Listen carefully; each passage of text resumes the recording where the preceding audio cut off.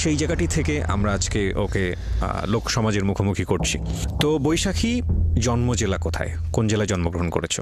গোপালগঞ্জ। গোপালগঞ্জ, ভালগা, ভাঙ্গা। ভাঙ্গা, ওকে, ঠিক আছে। বর্তমানে কোথায় থাকছো? এখন থাকি কেরানীগঞ্জ, পুরান ঢাকার ওদিকে। হ্যাঁ, পুরান ঢাকার ওদিকে, ওকে, ঠিক আছে। শুরু করো তুমি একেবারে ছোটবেলা থেকে, যেখান থেকে বলতে চাও।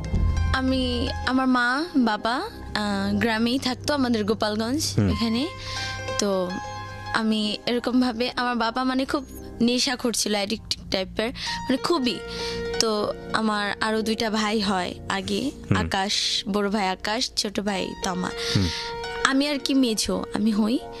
তো আমার যখন আমি হই নাকি, তখনই নাকি আমার বাবা আর বাবাই নাকি আমার মার উপরে মানে খুব টর্চার করে, যে কেন একটা মেয়ে হইলো। একবার নাকি আমাকে মানে ছুঁড়ে ফেলে দিয়েছে বাগানে। আচ্ছা, হ্যাঁ। তো এখান থেকে তোমার বাবা পেশায় কি ছিল? পেশায় কিছুই করতো না, মানে জেলের ছিল, কখনো মানে জেলের কাজ করতো, কখনো এটা করতো, কখনো সেটা করতো, আর অল টাইম নেশাই করতো। মানে আজকে খাওয়ার মতো খাবার আছে, কালকে যে কি হবে তার সেটা মানে সে ইয়া করতো না। তো যখন আমার বয়স আস্তে আস্তে বাড়লো, 1.5 মাস হলো, তো আমার আবার আমার মারা হচ্ছে 4 বোন, আমার মা হচ্ছে সবার ছোট, আর আমার খালা হচ্ছে 3 নাম্বার আর কি। তো আমার খালার বিয়ে হয়েছে, তার বেবি কনসিভ হচ্ছিল না, অনেক বছর হয়ে গেছে বিয়ের। তো এইভাবে একটা চাপ ছিল। তো হওয়ার পরে সে গ্রামে যায়, শুনে আমার কাহিনী, যে নেক্সট আমার কি হবে, আমার ফিউচারের কথা চিন্তা করে সে আমাকে নিয়ে আসে। 1.5 মাস বছর বয়সে নিয়ে এসে নিজের মেয়ের মতোই লালন পালন করে। আর আমার আম্মু, মানে আমার আম্মুর যে আছে না, যে কখনো আমার প্রতি যে একটা মায়া তৈরি হবে, যে না ও আমার মেয়ে, ওর একটু এক্সট্রা কেয়ার করতে হবে, বা ওর একটু খোঁজ খবর নেই, এরকম কখনোই হয় নাই। ঢাকা শহরে যাই, আমার খালা ঢাকায় গুলশান 2 থাকে, তো ওইখানে আমি লালন পালন হই। তো আমার মার আবার একটা ছেলে হয়।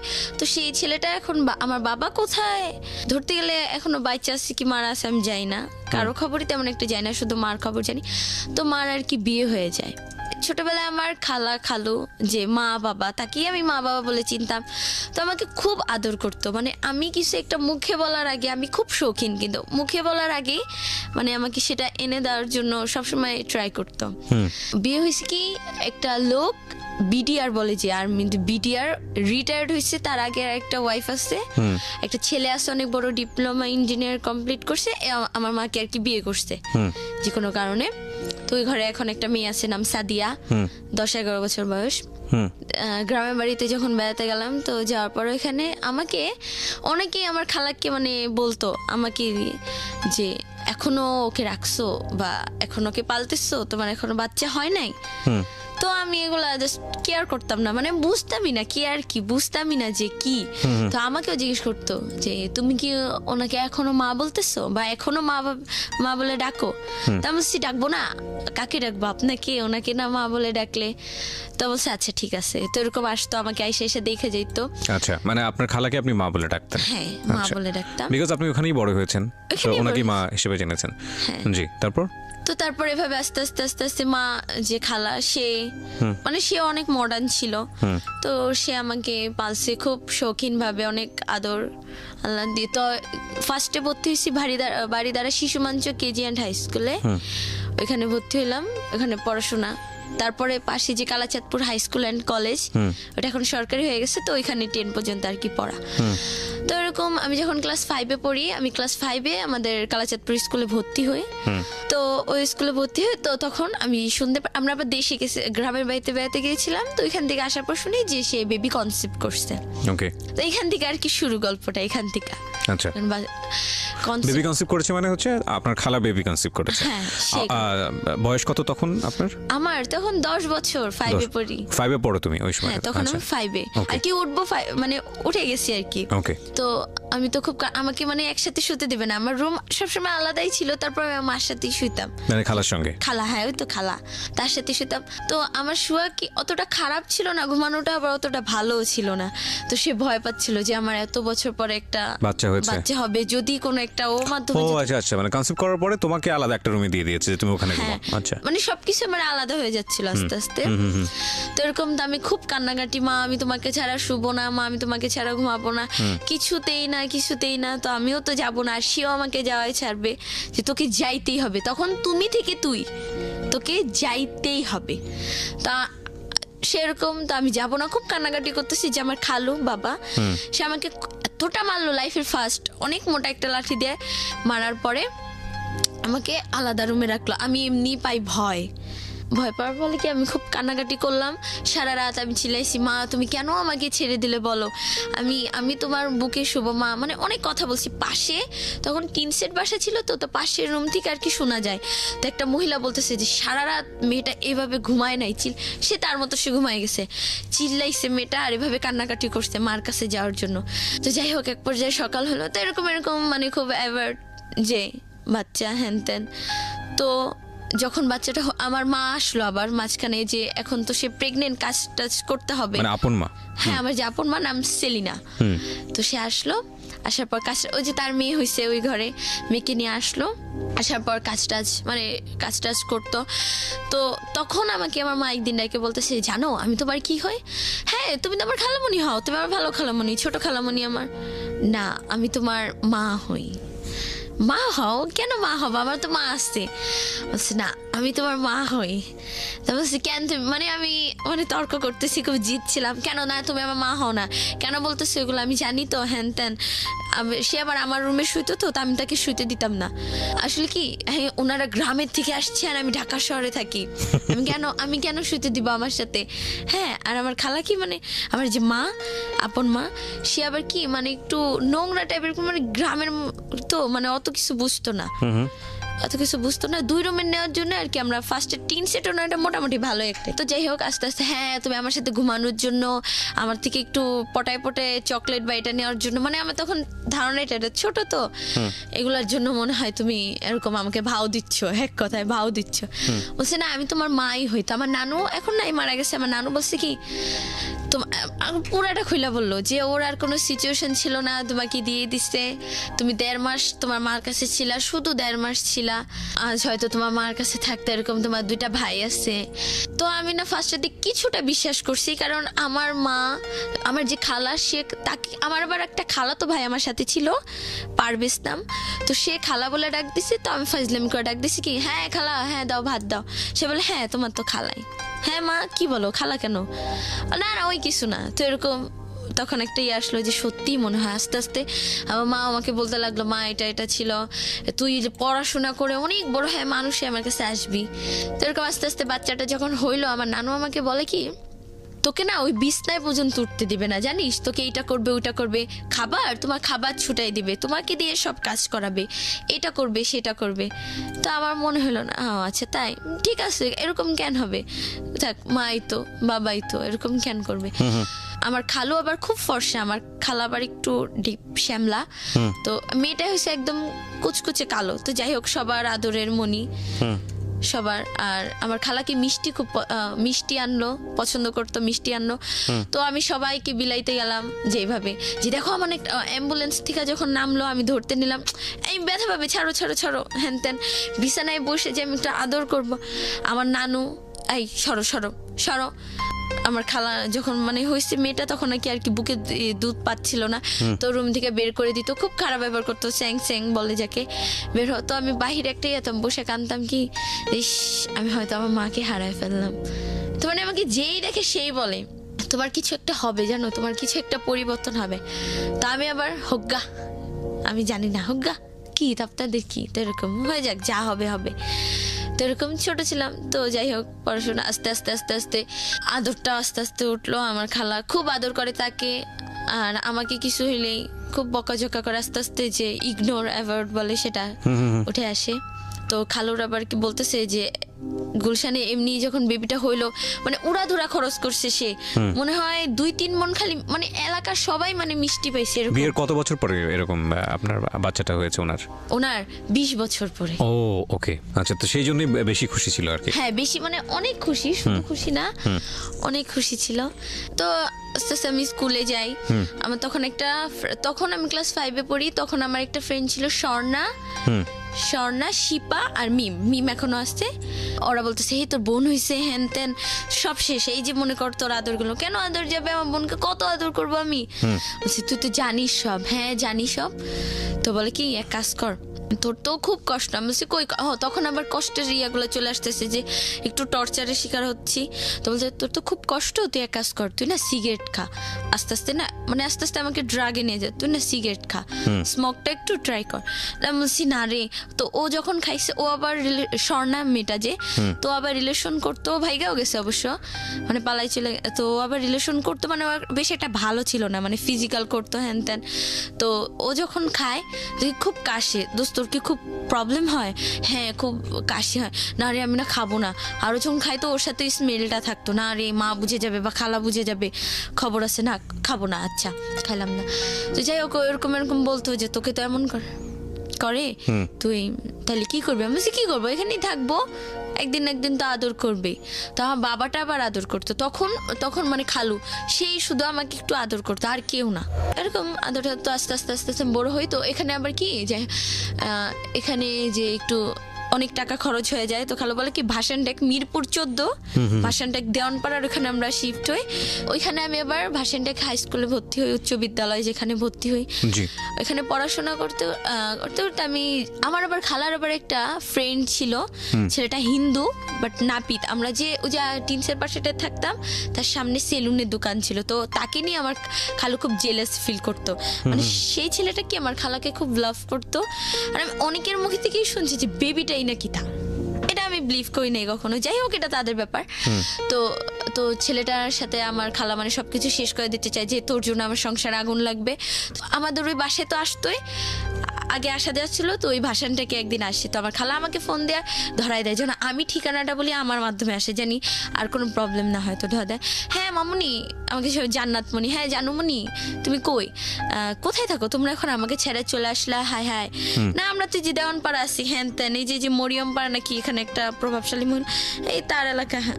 তো বলছে ঠিক আছে আমি আসবো তোমার সাথে দেখা করতে। তো এরকম আসতো। তো তাকে নিয়ে পাশের একটা মহিলা একটু প্যাচ লাগাই দেয় আমার খালু। তো ওইখান থেকে আমরা চলে আসি। প্যাচ লাগাই দেয় বলতে ওইখানে আবার কিছু ছেলে পেলে, মানে আমার খালার উপরে কেন যায় না রাগ ওই মহিলা দুইটা। তো আমার ওখানেও কটা ছেলে লাগাই দেয়, যাদের আমি স্কুলে যেতে পারি না, ছেলেগুলো আইসা খুব ডিস্টার্ব করে, ইপটিজিং এ অনেক খারাপ একটা অবস্থায় চলে যায়, যে ছেলেগুলা যে অফার করতে থাকে আমাকে রিলেশন করবো হ্যান ত্যান। তো যাই হোক আমরা এখান থেকে চলে আসি আবার ব্যাক গুলশানে। তো আইসা এখানে পড়াশোনা ওই যে বাদ 6 মাস 6 পর্যন্ত, 6টা ভালো মতো পড়া হয় নাই। তো 7-এ ভর্তি হব।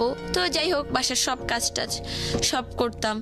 খালা কি সবসময় ওর জন্য কিছু একটা এক্সট্রা রাখতো, বলতো কি তোকে তো ছোটবেলায় কত আছে না যে কিশোরের যে একটা পুষ্টির ব্যাপার, আমার দিকে যে না এসব কিছু কেয়ার করতো না, যে ওর এটা লাগবে বা ওর ওইটা লাগবে, এরকম কিছুই না। এই নুসাইব ভালো কিছু একটা হয়েছে, সব একটু খাইলো, এইটা নুসাইবার পরে যে ওটা খাবে বা আমার যে খেতে ইচ্ছা করবে, বা আমার মানে হচ্ছে যে ওনার মেয়েটা, হ্যাঁ নুসাইবা, এটা ওর। তো আমার খুব খারাপ লাগতো এই জিনিসটা, কম বয়স আর ফ্রেন্ডরা বুঝাইতো। তো যাই হোক আস্তে আস্তে খুব একটু টর্চারের ইয়াতে ছিলাম। 7-এ উঠলাম, কিছু হইলেই মানে আমাকে এতটা মারতো মানে যা পাইতো হাতের কাছে। মানে এখনো আমার মানে বডি প্রত্যেকটা জায়গায় ব্যথা। পানি ঢালতে গেছি, পানিটা হাত থেকে একটু পড়ছে, সেজন্যই একটা থাপ্পড় খাওয়া লাগবে, একদম মাস্ট খাওয়া লাগবে। মানে কথায় কথায় গায়ে হাত তোলা, হ্যাঁ কথায় গায়ে হাত তুলতো। আর একটু ভাইবাও নিত না যে ও বড় হয়েছে, একটা মেয়ে মানুষ, না এরকম না। 7-এ উঠি এরকম কষ্ট। তো 7-এ উঠি লাস্ট দিক দিয়ে একদম। তো আমরা ওই বাসাটা ছাড়ি। এখন আমরা একটু টাকার সমস্যায় পড়ে গেছি, কারণ আমার খরচ আমাকে তো একদম বিয়ে দিয়ে দিবে। তা আমার খরচ, আমার খালুর আবার কথা কি না থাক পড়তে থাক, এসএসসির পরে তো জানি হিসাব করা যে 16 বছর হবে, এইচএসসির পরে 18 বছর হলে ওকে একটা সরকারি জব দিয়ে দিব, ওর নিজের লাইফ নিজে করবে। ওকে। তো ওই তো আবেগের বয়স, ফ্রেন্ডরা ছিল এটা বলে ওটা বলে, কদিন পর যে তুই একটা রিলেশনে যা, তুই তো এরকম সেরকম, তোর উপরে ক্রাশ খাইছে, আমি কেয়ার করি নাই। 7-এ আমরা 7 তলা একদম ছাদের উপরে বাসা নিয়ে, আর আমাদের 5 তলা একটা ছেলে থাকে, ওই ফার্স্ট লাভ। জি। ছেলেটার নাম নাইমুল হাসান সিজান, সিজান আর কি, সবাইকে সিজান বলে ডাকতো। আচ্ছা। আমরা যেদিন বাসায় উঠি ওই দিন ছাদের উপরে ছিল, আমরা সবকিছু আমাদের মালামাল সেট করি। তো সেই দিন ওকে দেখে কেন জানি আমার মানে মনে হলো কি যে মানে কত আগের যেন চেনা, কত কিছু জানি, যে খুব অনেক অনেক মানে আস্তে আস্তে এতটাই ভালো পার। ও 5 তলায়, আমি 7 তলায়।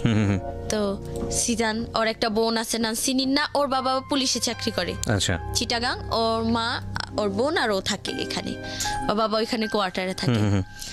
তা তো আস্তে আস্তে এরকম ও আবার, আমি তখন ও আমাদের স্কুলে তখন 9-এ পড়ে, আমি তখন 8-এ উঠবো আর কি, 7-এ। আমাদের আর কি এলাকায় আমাদের একদম গেট সোজাই একটা মাঠ, তো মাঠের ওখানে আরিয়ান স্যার কোচিং করাতো। তো আমি ওখানে ভর্তি হয়ে গেলাম, যে পড়াশোনা আবার তো স্টার্ট করছি, তো পড়াশোনা তো ওইখানে ও বসে থাকতো। ও কি খুব খারাপ ছেলে ছিল, আমি জানতাম না, মানে দেখে খুব ইনোসেন্ট মনে হয়, খুবই আমাকে দেখে না টোন করতো, মানে মানে মানে আমার ফ্রেন্ডরা মিম আবার খুব মডার্ন ছিল। আমি মানে এতটাই আছিলাম, মানে আমার ঘরে কখনো লিপস্টিক পর্যন্ত কিভাবে দিতে হয় এটা আমি জানতাম না, কাজলটা হালকা জানতাম, আমার খালা খুব মডার্ন ছিল, বাট আইলাইনারটা চিনতাম না, এরকম কিছুই ছিল না। ওখানে গেলাম, তো সিজন কি আসে না যে একটা মডার্ন মেয়ের সাথে যদি খ্যাত বলতো, যেটাকে খ্যাত মেয়ে যদি যায় স্বাভাবিক হাসবে। তো একদিন দুদিন আমার ফ্রেন্ডটা খেয়াল করলো যে হাসে, আমি বললাম কি দোস্ত এই ছেলেটাই তো সেই ছেলেটা।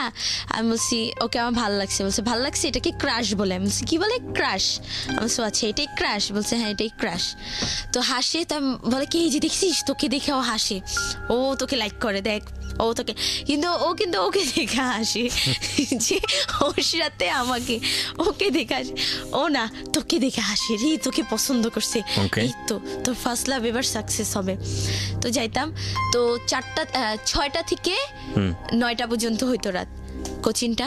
তো ওইখানে বসে থাকতো, তো আবার 8টার সময় চলে যেত। তো প্রতিদিন একটা এক্সকিউজ দিতাম, স্যার আমার পেট ব্যথা, এটা ওইটা, আমি দেখা যাবো, দেখে বের হবো, দেখে ঢুকবো, দেখে বের হবো, তো এরকম।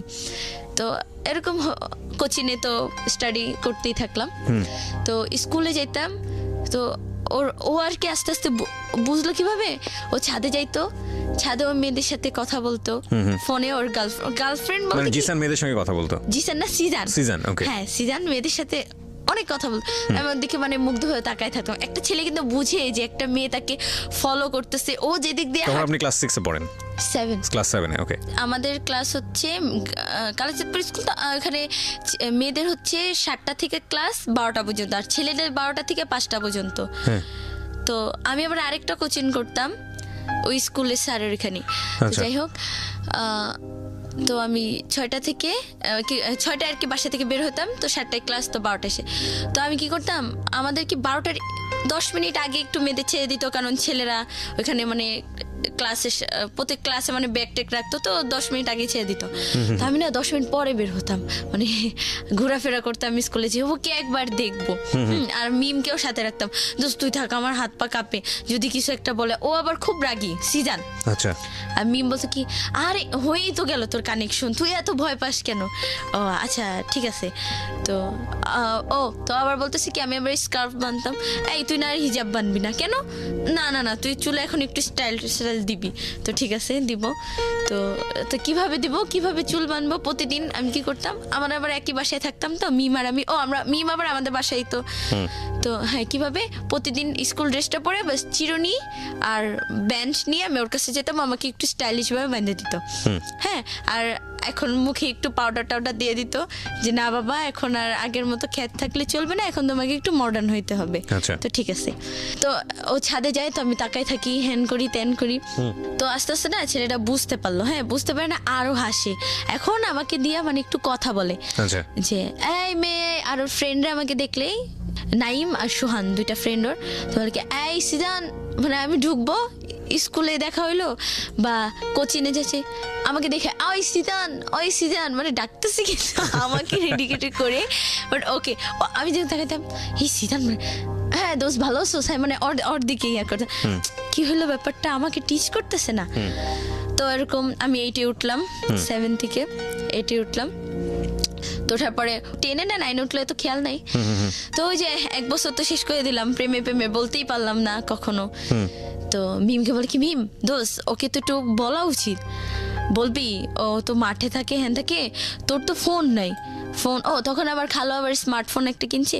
তো বলে কি তোর কি এফবি আইডি আছে? আমি বলি এফবি কি আবার, এফবি কি? বলে কি ফোন মানে ওটা একটা সোশ্যাল নেটওয়ার্ক, ওইটা আবার কি? বলে কি ফেসবুক। ফেসবুক, হ্যাঁ ফেসবুকের নাম শুনছি। তো এফবি কি?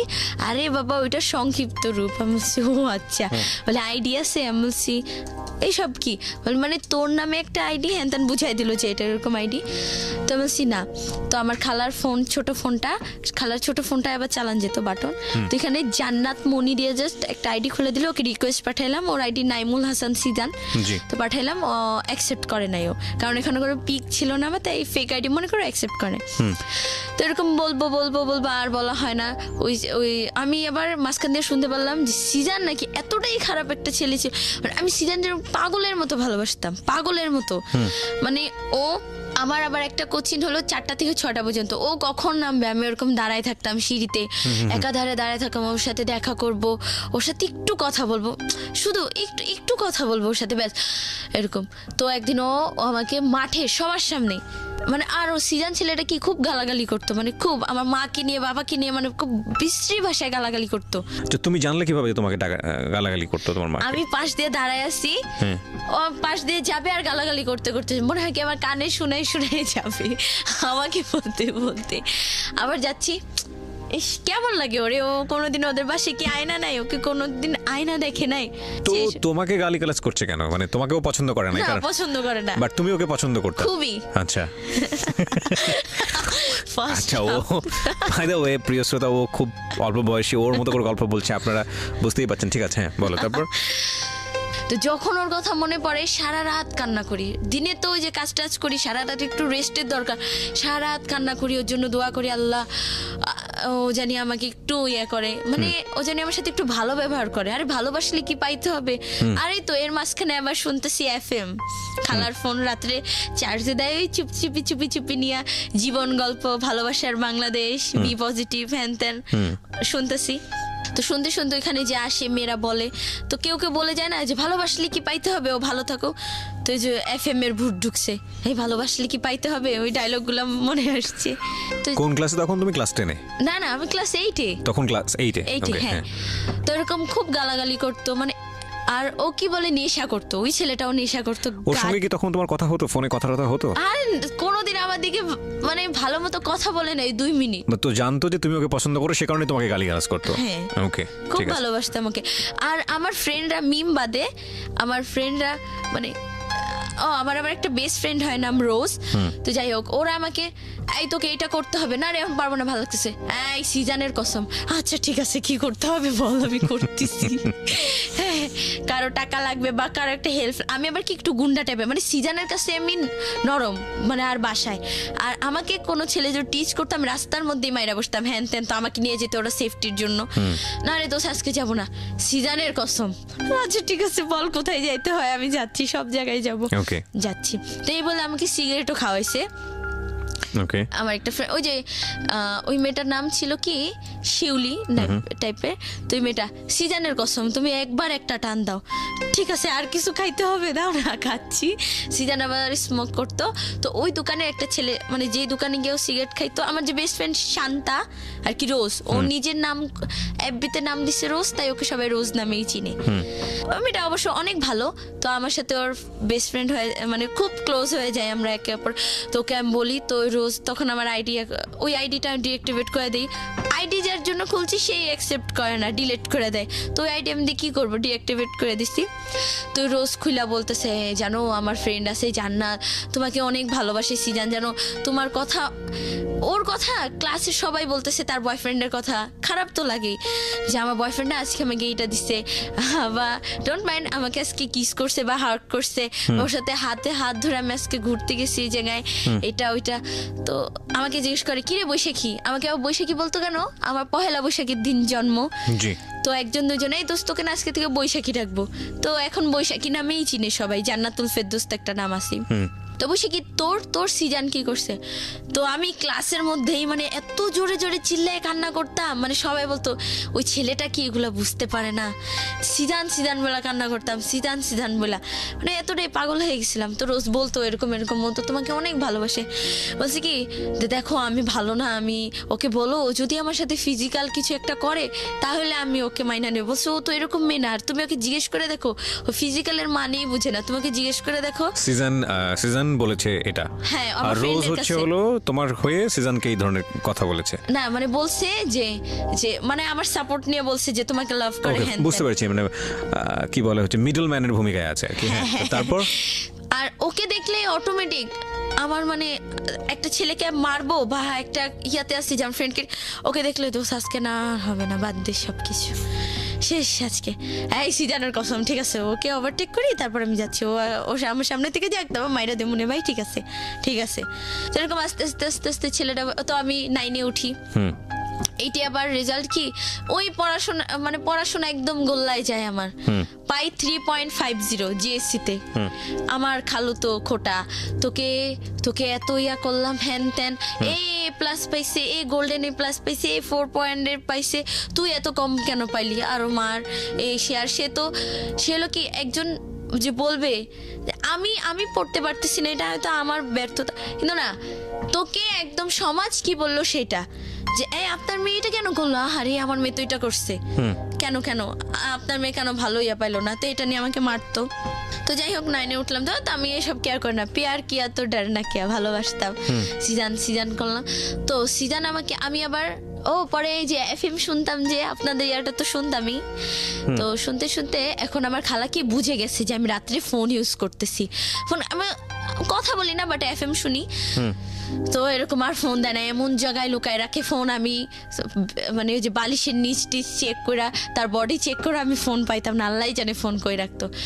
তো ফ্রেন্ড আমার আবার শান্তা কি ওর আবার একটু ফ্রিডম বেশি ছিল, ওর বোন আবার একটু মডেল টাইপের, তো ফোন ইউজ করতে স্মার্টফোন। ও আবার অ্যাপবিতে একটা ভাই বানায়, নাম নাইম, নাম নাইম ছেলেটার। তো তখন নাইম নামে ও নাকি ফেসবুকে ভাই বানাইছে, হ্যাঁ ছেলেটাকে, নাইম রংপুর থাকে। তো নাইম ছেলেটা, হে আমার না একটা ভাইয়া হয়েছে জানিস, তোকে তো সিজান এত অ্যাভয়েড করে, 2 বছর এমনিই চলে গেছে, এত অ্যাভয়েড করে, তুই একটু ভাইবা দেখ, তুই দেখ ভাইয়াটা খুব সুন্দর, ভাইয়ার গার্লফ্রেন্ড নাই, ছিল ব্রেকআপ হয়ে গেছে, নাম ঐশী, ওর নামও ছিল জান্নাতুল ফেরদৌস, কিন্তু ঐশী আর আমার বৈশাখী। তোমার কি লেখাপড়া করতে না, খালি সারাদিন এগুলো নিয়ে কথাবার্তা বলতে? তো নাইম ছেলেটার সাথে আমার রিলেশনটা করাই দেয় বলতে কি, তুই দেখ তোর সিরিয়াস হওয়া লাগবে না, ভাইয়াটা সিরিয়াস হবে, তোর তো এত সমস্যা, ভাইয়াটা তোর খরচ দিবে, লাগলে তোকে ভাগাই নিয়ে বিয়েও করবে বাবা, তারপরও তুই দেখ কি হয়। তো এরকম আস্তে আস্তে 9-এ তখন, আস্তে আস্তে ছেলেটা 1 মাস হয়, জানুয়ারি চলে যায়, তো আমি সিরিয়াস না, ছেলেটা সিরিয়াস হয়ে যায়। তো দেখ আমি মাঝখানে ব্রেকআপ করে দিই, ধুর আমি সিজানকে ছাড়া কাউরে না রে, এইসব ছেলে চলবে না, বলছি খুব ভালো, তো ধর তুই বাদ দে, তুই সিজানেরই পটা দেখ। আমি কি নাইমের কাছে যাবো, আমি পানি খাইতে গেলে ওই পানির গ্লাসেও আমি সিজানকে দেখি, হ্যাঁ আরো 2 বছরের একটা মায়া পড়ে গেছে, আমাকে ছাড়তে পারবো না, তুই পারলে যা ছাড়গা, বা তুই নাইমকে ধরগা, হ্যাঁ আমার ভাই লাগে চুপ, দুজনের তো এরকম ঝগড়া। শান্তার বাড়িও হচ্ছে আমাদের গোপালগঞ্জ ওদিকেই। তো যাই হোক দেশীয় আরো ফ্রেন্ডশিপ। তো এখন ফোন দিচ্ছে না, এখন নাইমও বলতেছে না, আচ্ছা বল কি, আচ্ছা আচ্ছা ঠিক আছে তোর এফবি চ্যানেল লাগবে না, বল তুই স্মার্ট হবি না। তো শান্তা আবার আমার বলে কি, ওর বোন আবার বাইরে, মানে ওদের ফ্যামিলি অবস্থা অনেক ভালো, অনেক মা বোন সবাই বড় লোক খুবই। তো ফাউন্ডেশন বের করে, এটা দোস্ত এটার নাম কি, ফাউন্ডেশন, আচ্ছা এটার নাম কি, আইলাইনার, ও আচ্ছা লিপস্টিকও, আমি লিপস্টিক বলতাম না, লিপস্টিক বলতাম, তো লাইক তো বুঝলাম না এটা লিপস্টিক হবে, এটা ব্লাশ অন, এটা শেড, এগুলো দিয়ে কি করে, যে এগুলো দিয়ে এরকম সাজে, তুই সাজে যাবি সিজানের সামনে, দেখবি ও তোকে, ও ডিসিশন চেঞ্জ করে ফেলবে, 2 বছরে যেটা না হয়েছে এই বছরে সেটা হবে, একদিন একটু সাজাই দে না, সাজাই দিল, মানে মাশাল্লাহ, মানে সেদিন আমাকে এত সুন্দর লাগতেছে, মানে ওই যে কখনো সাজি নাই, আয়নার সামনে গিয়ে বলি, আয়নার সামনে গিয়ে আমি বলতেছি কি, হ্যাঁ জান্নাত, হ্যাঁ এখন তুমি পারফেক্ট সিজনের জন্য, এখন তুমি পারফেক্ট, হ্যাঁ। আর সিজান সেজে আবার বলতেছি, হে জান্নাত তুমি তো জলপরি ছিলা, আমি তো বুঝতে পারি নাই তুমি এত সুন্দর, হ্যাঁ তো ঠিক আছে আমি সব বর্ণামি বাদ যাও, আজকে থেকে শুধু জান্নাতি, হ্যাঁ। পিছন ফিরে বলে কি দোস্ত যদি এটা না হয়, বলছে এটা না হলে নাই তুই আর আসবি না বা ওকে তুই ভুলে যাবি।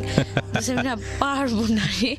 কয় এরপরে ঠিক আছে যদি সিজান তোকে পছন্দ না করে তুই যদি ওর নাম নেস তা আমি তোকে গুলি করব বা ওকে গুলি করব। আমি বলছি দোস্ত দাঁড়াও, গুলিটা তুমি আমাকে মারবা। বলে কি তা ওকে গুলি মারবা আর তোকে জুতা দিয়ে পিটাবো। আর ক্লাসে আর এখন থেকে তো এরকম এত স্মার্ট হয়ে গেছি, মানে চুল আমার খুব বড় আর খুব কোকড়া ছিল, তো আস্তে আস্তে চুলের যত্ন নিচ্ছি। হ্যাঁ মানে এটা করছি, ফেসিয়াল করব, এটা করব, এই দুধ দিয়ে, দুধের সর দিয়ে, লেবুর রস দিয়ে, আটা চিনি এটা দিয়ে মুখে মাখি। আমার কালার তো কি রে ওর কি হলো, হ্যাঁ চুলের কালার কিনে আনছি, চুলের কালার করছি, চুলে সেই একটা হাইফাই অবস্থা। তো আস্তে আস্তে সিজান একটু ভাবলো কি রে ওর কি হলো, বাতাস টাতাস লাগছে নাকি সবার। তো ক্লাসে যাই ওরকম কান্না করি সিজান সিজান, আর দেখি কি আমি মাথা নিচু করে সিজান সিজান করে কান্না করতেছি, উঠে দেখি কি সবার হাতে জুতা, নাহলে সবার হাতে স্কেল। তোকে আজকে মেরেই ফেলবো, তুই কেন সিজানের নাম বলিস, ওকে তোকে ভুলতেই হবে। ভুলতে তো পারতেছি না, দূর মিয়া তোরা ভুল গা যা। তো ক্লাস 9-এ 13ই ফেব্রুয়ারিতে আমি ফোন কিনি। ফোন কিনি কি ওইখানে আবার তো কমিশনার জাকির হোসেন বাবুল, সে আমাকে ভাগ্নি বানায়, তাই জান্নাত তুই আজকে থেকে আমার ভাগ্নি। আর মাধুর্যন আমার একটা ফ্রেন্ড ছিল, তো মাধুর্য, শান্তা, ওই যে রোজ আর আমি বসে কি এই 3জন ক্লোজ ফ্রেন্ড হয়ে গেলাম। যেখানে যাই 3জন, ওয়াশরুমে গেলেও 3জন, সব জায়গায় 3জন। ক্লাসে একজন বই না আনলেও 3জন যারাই যেতাম, আর 2জনের বই হয়তো অন্য কাউকে দিয়ে দিতাম বা লুকানো থাকতো, এরকম এত ক্লোজ ছিলাম। তা আমিও টাকা নিলাম, মামা ফোন কিনবো, 8-9 হাজার টাকা নিলাম, সুন্দর একটা স্যামসাং ফোন কিনলাম। যা আজকে থেকে আমার একটা এফবি আইডি হবে পার্সোনাল, আমিও এফএম শুনবো, হ্যাঁ মন দিয়ে শুনবো। তো যাই হোক ফোন এফবি আইডি খুললাম। ওই যে বললাম না যে মাঝখানে আগে বলছিলাম যে সিজান যে দোকান থেকে সিগারেট খাইতো, সেই যে দোকান থেকে ও সিগারেট খাইতো, তো ওইখানে একটা ছেলেকে আমি থ্রেট দিলাম, মানে খুব মারলাম, রাস্তাতে দোকান থেকে বের করে না, তুই কেন ওর কাছে সিগারেট বেচিস। আরে আপু আজব তো, আমি হলাম দোকানদার মানুষ, আমি বেচবো বা এই করবো, আমার থেকে কিনতে আসে কেন কেন। তো যাই হোক আস্তে আস্তে ও তো একদিন দুদিন নিয়ে গেলাম, তো যেদিন মারলাম সেদিনই নাকি কত বেহায়া ও আমার বান্ধবী শান্তার উপরে ক্রাশ খায়, ওকে মারি আর ওর দিকে তাকাই থাকে, ওকে মারি আর তাকাই। তো যাই হোক ক্রাশ খেলো, তো শান্তা আর আমি কি করলাম, ওই সিজান আসতো সিগারেট নিয়ে যেত, তারপর আমরা ঢুকতাম এই কয়টা নিছি। তো ওই শান্তার উপরে যখন ক্রাশ খেলো, ক্রাশ বলে আর কি, যাকে লাভ করে নাকি ফেললো, ওই ছেলেটার নাম ছিল রাকিব। শান্তার উপরে ক্রাশ খাওয়ার পরে তো আমাকে পটাইতে হবে, শান্তা পর্যন্ত যাওয়ার আগে আগে বৈশাখীর কাছে আসতে হবে। হ্যাঁ আপনি না আজকে থেকে আমার বড় বোন, মারছেন বড় বোন তো শাসন করবে ভুল হইলে, ঠিক আছে আপু আপনি আজকে থেকে আমার বড় বোন, আমি সিজান ভাইয়াকে একটু ম্যানেজ করে দেবো, জানি আপনার লাইনটা মানে হয়ে যায়, সেটেল হয়ে যায়। তো ঠিক আছে। তো ছেলেটা তার 13ই ফেব্রুয়ারি, হ্যাঁ না ওইটা হয়েছিল 8 না 9 ফেব্রুয়ারি, তো 13ই ফেব্রুয়ারি ফোনটা কিনে নিয়ে আসতেছি। তো ওই ছেলেটা আমাকে একটা শপিং গিফট দিল, আপু এটা না আপনার গিফট। কি এটা কি আছে দেখি, অনেক সুন্দর একটা ড্রেস, গ্রাউন্ড টাইপের যে শর্ট গ্রাউন্ডগুলো, ওইটা একটা গিফট করলো আমাকে। তারপরে দিল, তো আপনি এটা কালকে 14ই ফেব্রুয়ারি এটা পরে আপনি ঘুরবেন। ওকে ঘুরবো, প্রবলেম নাই, আপনি যা বলেন তাই। ও মা আরো কিটক্যাট দেয়, চকলেট দেয় শান্তাকে পটাইতে। যাই হোক শান্তা পাত্তা দেয় না, দোকানদার ছেলে, শান্তার নজর হলো খুব ভাই, ও আবার রিলেশন করতো অনেকগুলা, ও এরকম একটা ছেলেকে ভালো। যাই হোক তো এভাবে আস্তে আস্তে পরেও 14ই ফেব্রুয়ারিতে গেলাম, হ্যাঁ মাধুর্যর বাসায় গেলাম আমরা, সারাদিন অনেক মজা। বাবুল কমিশনার মা বাবা তার আগের দিন 5,000 টাকা দেয়, তো ওই 5,000 টাকা খালাকে নিয়ে দেয়, তো সে খুব খুশি, আমাকে একা একা ছেড়ে দিচ্ছে, আমি হাতে জিলে দিয়ে ঘুরে আসি। তো ফ্রেন্ডরা 3 ফ্রেন্ড মিলে ঘুরি, 2জনে মানে 3জনে ঘুরি। তো এখন দেখি এখন স্টাইল করি না, হ্যাঁ ওরা আবার একটু শর্ট, বাট মাধুর্য মেয়েটা খুব সুন্দর, বাট ওরা শর্ট, আমি একটু লং ছিলাম। তো 2-3টা ওখানে স্থানীয় ছেলে মানে ক্রাশ খেয়ে গেলো। তো হ্যাঁ আপু এই ফোন নাম্বার দেন, না দিয়ে ছাড়বই না। ও ফোন কিনছি আবার, এই ফোন কি তোমার বাবা কিনে দিছে, কেন নাম্বার দিব, সিম কার্ড হ্যান ত্যান, না আপু দেন। আমরা যাই হোক সারাদিন ঘুরলাম, বের হয়েছি সকাল 9টায়, আসছি রাতের 8টায়। খালা তো কিচ্ছু বলবে না, টাকা দিছি, আগের দিন টাকা দিচ্ছি না, কিছু বলে নাই, খালি একটু বলছে তোর যদি কিছু হয়ে যেত বল। আর ফোনটাও তো লুকালুকি মানে লুকিচুপি চালাই, যে কেউ জানে না। ফোনটা অনেক কষ্ট করে চার্জ দিতাম, তার ঘুমাই থাকতো সারা রাত, হাঁটাহাঁটি 2 ঘন্টা চার্জ দেওয়ার পরে আর কি খুলে টিপে ফোন ইউজ করে আবার চার্জ দিয়ে সকালে উঠে খুলে ঘুমাইতাম। তো যাই হোক, এই ঘুরলাম ফিরলাম, আমরা রিক্সা দিয়ে যাচ্ছি আর ছেলে 3টা, ওইখানে আবার 3টা ছেলে বাইকে, আমাদের রিক্সা থামায়া বাইকে ধরে এই নাম্বারটা আপু দিলেন না, পরে এক পর্যায়ে তাদের বাইকের তেল নাকি শেষ হয়ে যেত। আমরা তো 3জন খুব খুশি, হাল্লা বাচ্ছি, ও মা এখন দেখি বাস নিয়ে আমরা রিক্সা দিয়ে যাই, ও বাস দিয়ে সে আমাদের আগে দাঁড়ায়, হাই নাম্বারটা তো দিলেন না, এই নাম্বার দিব মানে। তো যাই হোক, তো অনেক মজায় 3টা কাটা।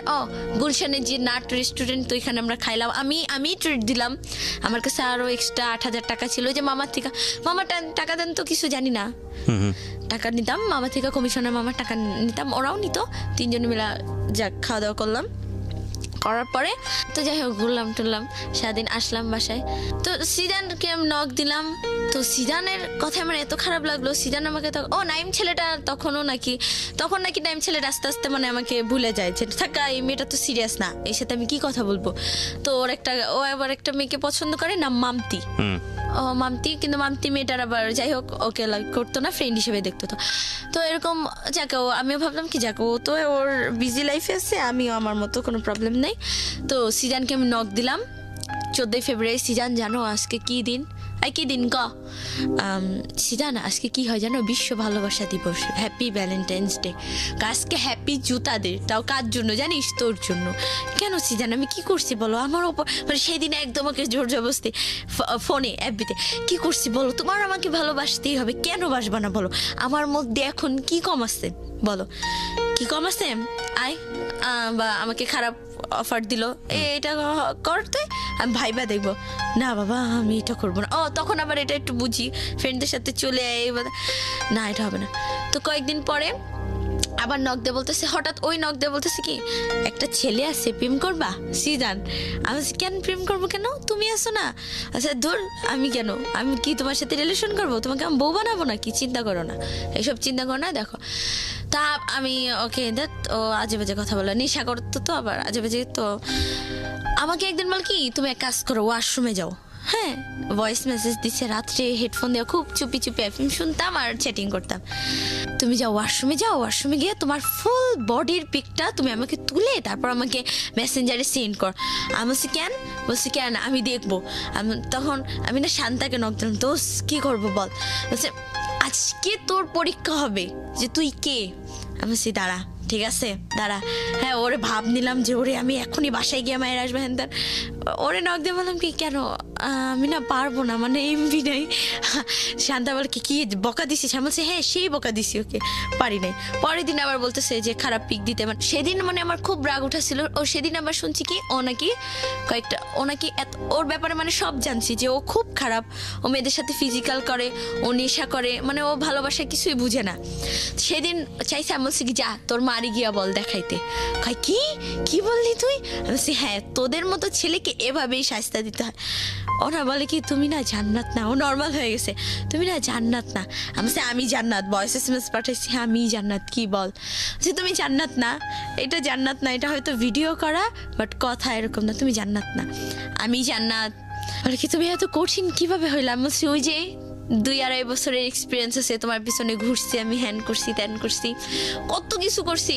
ও আমার কি বলছে তুই হাত কাইটা, গভীরভাবে হাত কাইটা ফ্রেন্ড, মানে ওর কথা গভীর এইরকম নিচে দিয়ে এরকম মানে মেঝে পড়তো, মানে একটা ব্যথা, এটাও আমি বুঝতাম না।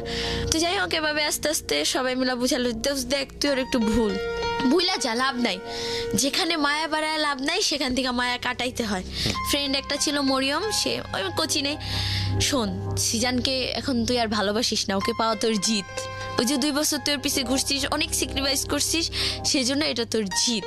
সিজান আবার একদিন কি করছে, আমার খালার কাছে গিয়ে, এমনি তো টর্চারের শিকার, খালার কাছে গিয়ে বিচার দিছে আপনার মেয়ে আমার পিছনে ঘুরে স্কুলে সবাইকে বলে দিছে যে আমি জান্নাত আর সিজান মানে ও হচ্ছে আমার হাজবেন্ড।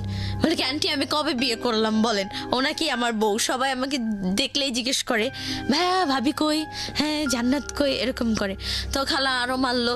তো এদের মনে হয় কি ভালোবাসার জন্য মায়ের কোনো ব্যাপার না, খালাও সেদিন মারলো ফার্স্ট। তো খালু তো জানলই না, তাহলে তো অবস্থায় খারাপ, বাসা থেকেই নামাই দিত, কি করতাম। তারপরও ওর মনে একটু ইয়া নাই যে মেয়েটা আমার জন্য এত কিছু করতেছে, এত কিছু, একটু ইয়া করি। তো আস্তে আস্তে বললাম যে এখন একটু অ্যাপবি চালাই, ছেলেরা নক দেয়, একটু হাই ফাই ভাবে একটু অ্যাঞ্জেল জান্নাতমণি আইডি খুললাম যে, তো ওটা আমার ফার্স্ট আইডি অ্যাঞ্জেল জান্নাতমণি। আচ্ছা, এই অ্যাঞ্জেল জান্নাতমণি নামটা কেন দিলা? তোমার নাম তো অন্য নাম। আমার নাম তো জান্নাতুল ফেরদৌস। হ্যাঁ, তো তুমি অ্যাঞ্জেল কেন লাগালে নামের আগে? ওই যে অ্যাঞ্জেল নামটা কেন লাগাইছি কি, যে আইডি খোলার আগে মানে আমার ভালো লাগলো যে অ্যাঞ্জেল দিব, জান্নাত থাকবে আর মণি। আমাকে তো অনেকে জানুমণি, ওই যে আগে যে জানুমণি, জান্নাতমণি ফ্যামিলি থেকে যে ডাকতো। আচ্ছা, কিন্তু অ্যাঞ্জেলটা লাগালে কেন? অ্যাঞ্জেল মানে যে পরি টাইপস, ফেরেশতা কিছু একটা হাই ফাই তো এরকম। ওকে, ঠিক আছে। তারপর না, এরকম অ্যাঞ্জেল নামে অনেক অসংখ্য আইডিয়া আছে ফেসবুকে। অসংখ্য, এখনো সার্চ দিলে। তো অ্যাঞ্জেল জান্নাতমণি এরকম করলাম। তো এখন ছেলেরা নক দেয়, একটা পিক আপলোড করলে আপু সেই হইছে, আপু জোস হইছে, ক্রাশ খাইছি, ও আপনি তো পুরাই অ্যাঞ্জেল। এই কিরে, আমি তো সত্যি সুন্দর রে, তাহলে যাক সিজনকে আস্তে আস্তে বলতাছি। তো পুরান ঢাকার একটা ছেলে, নাম সুপ্রদীপ ছেলেটার, ওরা দুই ভাই, সুদীপ্ত সুপ্রদীপ। তো ওর আইডি আবার র্যাপার দীপ। তো ওই ছেলেটাকে আমার এরকম মানে আমার ভালো লাগছে। তো ছেলেটাও আস্তে আস্তে এরকম আমাদের রিলেশন হয় বলতে কি, মানে আমরা দুজনকে বলি মনের কথা। তো যে আমি আবার ফোন নিয়ে আমি আবার ধরা খেয়ে গেলাম। আমার খালু কি করছে, ফোনটা নিয়ে গেছে। ফোনটা যখন অফিসে নিয়ে যায়, তো আমি খুব কান্না করি, ফোনটা কেন নিবা, আমার একটা ফ্রিডম বলে তো কিছু আছে। আমার ফ্রেন্ডরা গিটার কিনে, দামি ড্রেস কিনে, অমুক জায়গায় যায়, ঘুরে। আমারও খুব ইচ্ছা ছিল, মানে আমাকে সবাই এক নামে চিনবে, ওই যে আবেগের একটা, এখনো তো আবেগেরই বয়স। তো যাই হোক, তখন আর একটু বেশি, যে আমাকে সবাই এক নামে চিনবে, বৈশাখী, গুলশানের বৈশাখী বা গুলশানের জান্নাত, এরকম। হ্যাঁ, যে এমন কিছু একটা করতে চাই, এরকম। আসলে কি এটা হয় নাই। তো আমার ওই ছেলেটার সাথে যখন পরিচয়, তো ছেলেটা কি আবার ওই ছেলেটা সিজনের থেকেও বেশি খারাপ, সিজনের থেকেও বেশি নেশা করে, মানে এতটাই নেশা করে, মানে সে সব ড্রাগ নেয়। নেওয়ার পরে নাম কি ছিল ছেলেটার? সুপ্রদীপ। হ্যাঁ, ডাক নাম হচ্ছে দীপ। ও মাঝখানে আবার আমার নাইমের সাথে কন্ট্রাক্ট হয়। নাইম আবার কি করছে, মানে জেলাস ফিল হইতেই পারে, রিলেশন হোক আর না হোক। আমি আবার মাঝখানে সিরিয়াস হয়েছিলাম, দীপের সাথে রিলেশন আগে নাইমের সাথে সিরিয়াস হয়েছিলাম। নাইম ওর বাইক ছিল, ও বাইকে ও গলা ধরে একটা মেয়েটাও ভালো না নাকি, ওই মেয়েটার 2টা বিয়ে হয়েছে, হ্যান ত্যান একটা বাচ্চা আছে, মানে ক্যারেক্টারও প্রবলেম আছে। আর মেয়েটা ইয়াবা খায়, মানে ড্রাগ নেয়, অ্যাডিক্টেড মারাত্মক ভাবে। ওই মেয়েটার সাথে গলাগলি ধরে ও বাইকে উঠা পিক তুলছে, আপলোড দিছে ক্যাপশন দিয়ে, জান তোমাকে অনেক অনেক মিস করি। এটা কি কোনো গার্লফ্রেন্ড ইজিলি মাইনা নেয়? আমি তো ওই পিকটার জন্যই আমি আজও রাগ, ও কেন ওই পিকটা আপলোড করবে? সীমা কে হয় ওর? সীমা আপন না জান্নাত আপন? না, ও বলে আমার ফ্রেন্ড, ও আমার বোন। চুপ থাক তুই।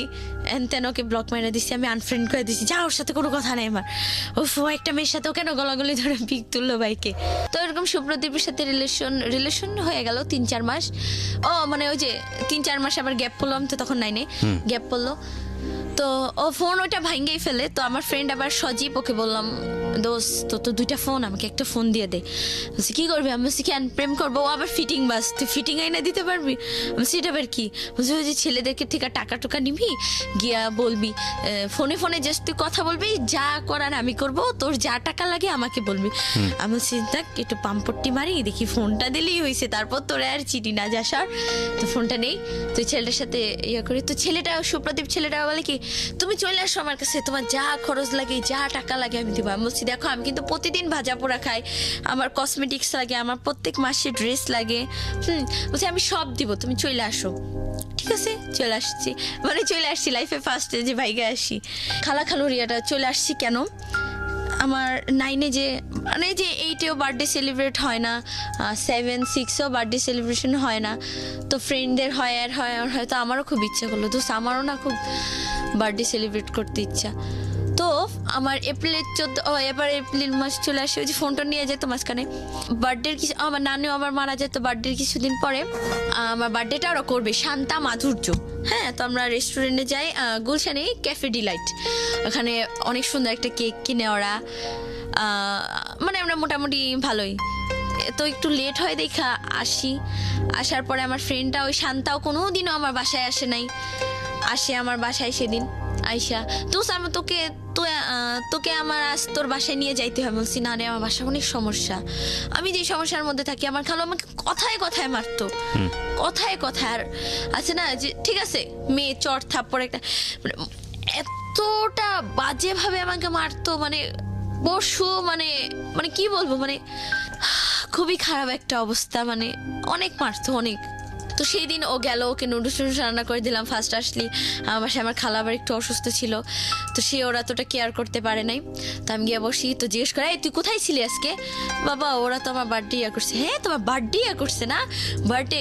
মানে সে যখন মারে তার ফেসগুলো এমন খারাপ করে, মানে এতটা ইয়া করে আমাকে, মানে আমার গায়ের উপর উঠে, মানে মারতেছে। আর আমার ফ্রেন্ডরা একবার মাইরা গেছে, ফ্রেন্ডরা খাটে বসা, আমার সামনে মারলো। তো কি দোষ, তোর কি কোনো ওয়ে আছে এখান থেকে যাওয়ার? তুই আমারে বলিস। আবার আসে, এই মেয়ে তুমি এখনো যাও নাই বাসা থেকে, যাও আমার বাসা থেকে বের হও। ওকে বের করে দিছে, দিয়ে আমাকে আবার এত মারা মারে যে আমি 12-13 দিন আমি স্কুলে যেতে পারি নাই। স্কুলে যাওয়া অফ হয়ে যায়, মানে নাক মুখ চোখ সব কিছু আমার ফুলে যায়। ওকে।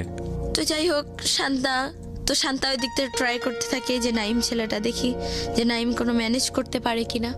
তো নাইম এরকম যে বললো যে ঠিক আছে আমি দেখি ওর জন্য আমি কি করতে পারি। তো নাইম অতটা সিরিয়াস নেয় যে হ্যাঁ ও আমাকে এত ইনসাল্ট করছে হ্যান ত্যান।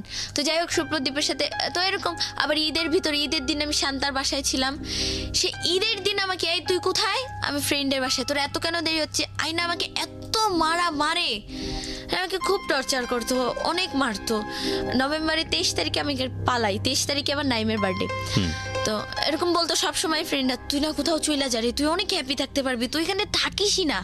23 তারিখে না 22 তারিখে রাত্রে পালাই দীপের সাথে। খালার ফোনটা নিয়ে পালাই, 3 সেট কাপড় নেই, তখন মাথায় এত কিছু আসে না, গয়নাগাটি টাকা পয়সা নিতে হয় পালাই গেলে। ছেলেটাও তো কিছুই করতো না, কাজ বাস। মানে বাবা মা মারলো, এই খালু মারলো, গায়ে হাত তুললো, এই কারণে সিদ্ধান্ত নিলেন সুপ্রদীপের হাত ধরে চলে যাবেন। হ্যাঁ। তো কি করলেন আপনি? চলে গেলেন বলতে প্ল্যানটা কিভাবে ছিল, আপনারা কিভাবে এক্সিকিউট করলেন এটা? একটা ড্রেস পরলাম, একটু সুপ্রদীপ এটা জানতো যে আপনি বাড়ি থেকে চলে আসতেছেন? ওই তো তুমি চলে আসো, যা খরচ লাগে আমি দেবো, যা টাকা লাগে আমি কি করতো তখন? কিছুই করতো না, নেশা করতো। আর পুরান ঢাকা ওদের 4 তলা বাড়ি আছে, ব্যাস এই। এটা তুমি আগে থেকে জানতা? না আমি জানতাম ও নেশা করতো না, কিন্তু একটু কাজ করতো না। বাট তোমার মার সঙ্গে তো তুমি জেনেছো তোমার অরিজিনাল মাকে, তো তার সঙ্গে তো তুমি যোগাযোগ করতে পারতে। আমার মা হচ্ছে দুনিয়ার সবচেয়ে সেলফিশ একটা মাদার, সবচেয়ে। এইভাবে না বলে ঘটনাটা বলো আমাকে, যে কি তুমি যোগাযোগ করেছিলা? যোগাযোগ কি, তার একটাই কথা, আমারই সংসার ভেঙে যাবে। তুই তোর মতো বাবা, তুই যদি ভালো মানে তুই যদি বড় হয়ে আসতে পারিস তো আসুত, নাইলে কিছু না, আমি তোর কোনো রিস্ক নেই। আচ্ছা, মানে সে কেয়ার, গ্রামে যেতাম, আছে না যে আমার মেয়ে একটু কেয়ার করবো না, কিছুই না। সে তার মতো সে। তো যদি কোনো ভালো ছেলে পাইতো, খুব টাকা পয়সা আলা ছেলেটা, যেমনই হোক তার সাথে মানে বিয়ে দিয়ে সে নিজের লাইফটা আগে সেটেল করতে। মানে আমার মা টাকা ছাড়া এই দুনিয়ায় কিছুই বুঝে না, টাকার জন্য আমাকে সব করাতে সে বাধ্য, এরকম একটা অবস্থা। তো যাই হোক, মার কথা বাদ। তো এরকম পালাই চলে আসি রাত্রে। আমি আবার গুলশান থেকেই যাই ডাইরেক্ট। গুলশান লেকে বসে আছি, ভাবতেছি আরে যাবো, কি করলাম, ফ্রেন্ডের ছেড়ে আসবো। হ্যাঁ, তো তখন আবার সিজানের কথা ভাবলাম। সিজান বলছে যে তুই কখনো সুখী হইতে পারবি না, হ্যান ত্যান। হ্যাঁ, তুই ওকেও যে আমি ইনসাল্ট করছি, যে তোর মাকে, ওই যে আমার যে খারাপ পিক চাইছে পরে ওর মাকে নিয়ে আমি কথা বলছি, যে তুই নিয়ে ও রাখ, অভিশাপ দিছে। তো এসব ভাবতেছি, পরে ভাবতে ও কল দিল, কি আসবে না নাকি? হ্যাঁ আসতেছি। পরে যাই হোক, পুরান ঢাকায় গেলাম, বাবু বাজারে, কি এখানে বাস দিয়ে নামলাম। নামার পরে ওইখানে আবার একটা ছেলে আমাকে নিয়ে যায়, আমাকে লাইফে ভালোবাসছে অনেক ছেলে, কিন্তু আমি মানে বুঝি নাই যে লাভটা কি। ওই সিজনের পর থেকে ভালোবাসা আমার কাছে হয়ে গেছে খেলা, ভালোবাসা হয়ে গেছে আমার কাছে স্বার্থ। আসলে দীপ ছেলেটাকে আমি ভালো অতটাও না, নিজের স্বার্থের জন্য।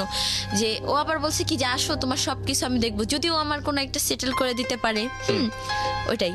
তো ইমন ছেলেটা এরকম আমাকে ভালোবাসতো। ইমন ছেলেটাকে আমি বলছি, আমি একা, আমি তো কোনোদিনও পুরান ঢাকায় যাইনি, তুমি আমাকে একটু দিয়ে আসো কষ্ট করে। তো ঠিক আছে আমি দিয়ে আসবো। দিয়ে আসলো আমাকে। সারা রাত তুই ছাদে ছিলাম, আমি, ইমন আর দীপ, সারা রাত ছাদে 2জন বসেছিলাম। তিনজন বসে বসে আড্ডা দিচ্ছি, যাইতে যেতে খুব রাত হয়ে যায়, আর ওদের বাসা টাসা মানে আশেপাশের কোন ফ্রেন্ডের বাসায় যে রাখবে সব বাসা লক হয়ে যায়, পুরান ঢাকার অবস্থা তো জানেনি। যাই হোক, তো ছাদে বসে বসে আড্ডা দিলাম তিনজনে মিলা। দীপ তো ধুমায় সিগারেট খায়, কি খায় না খায়, যাই হোক। আর আমি আমার মতো বসে বসে টেনশন করতেছি কি করব।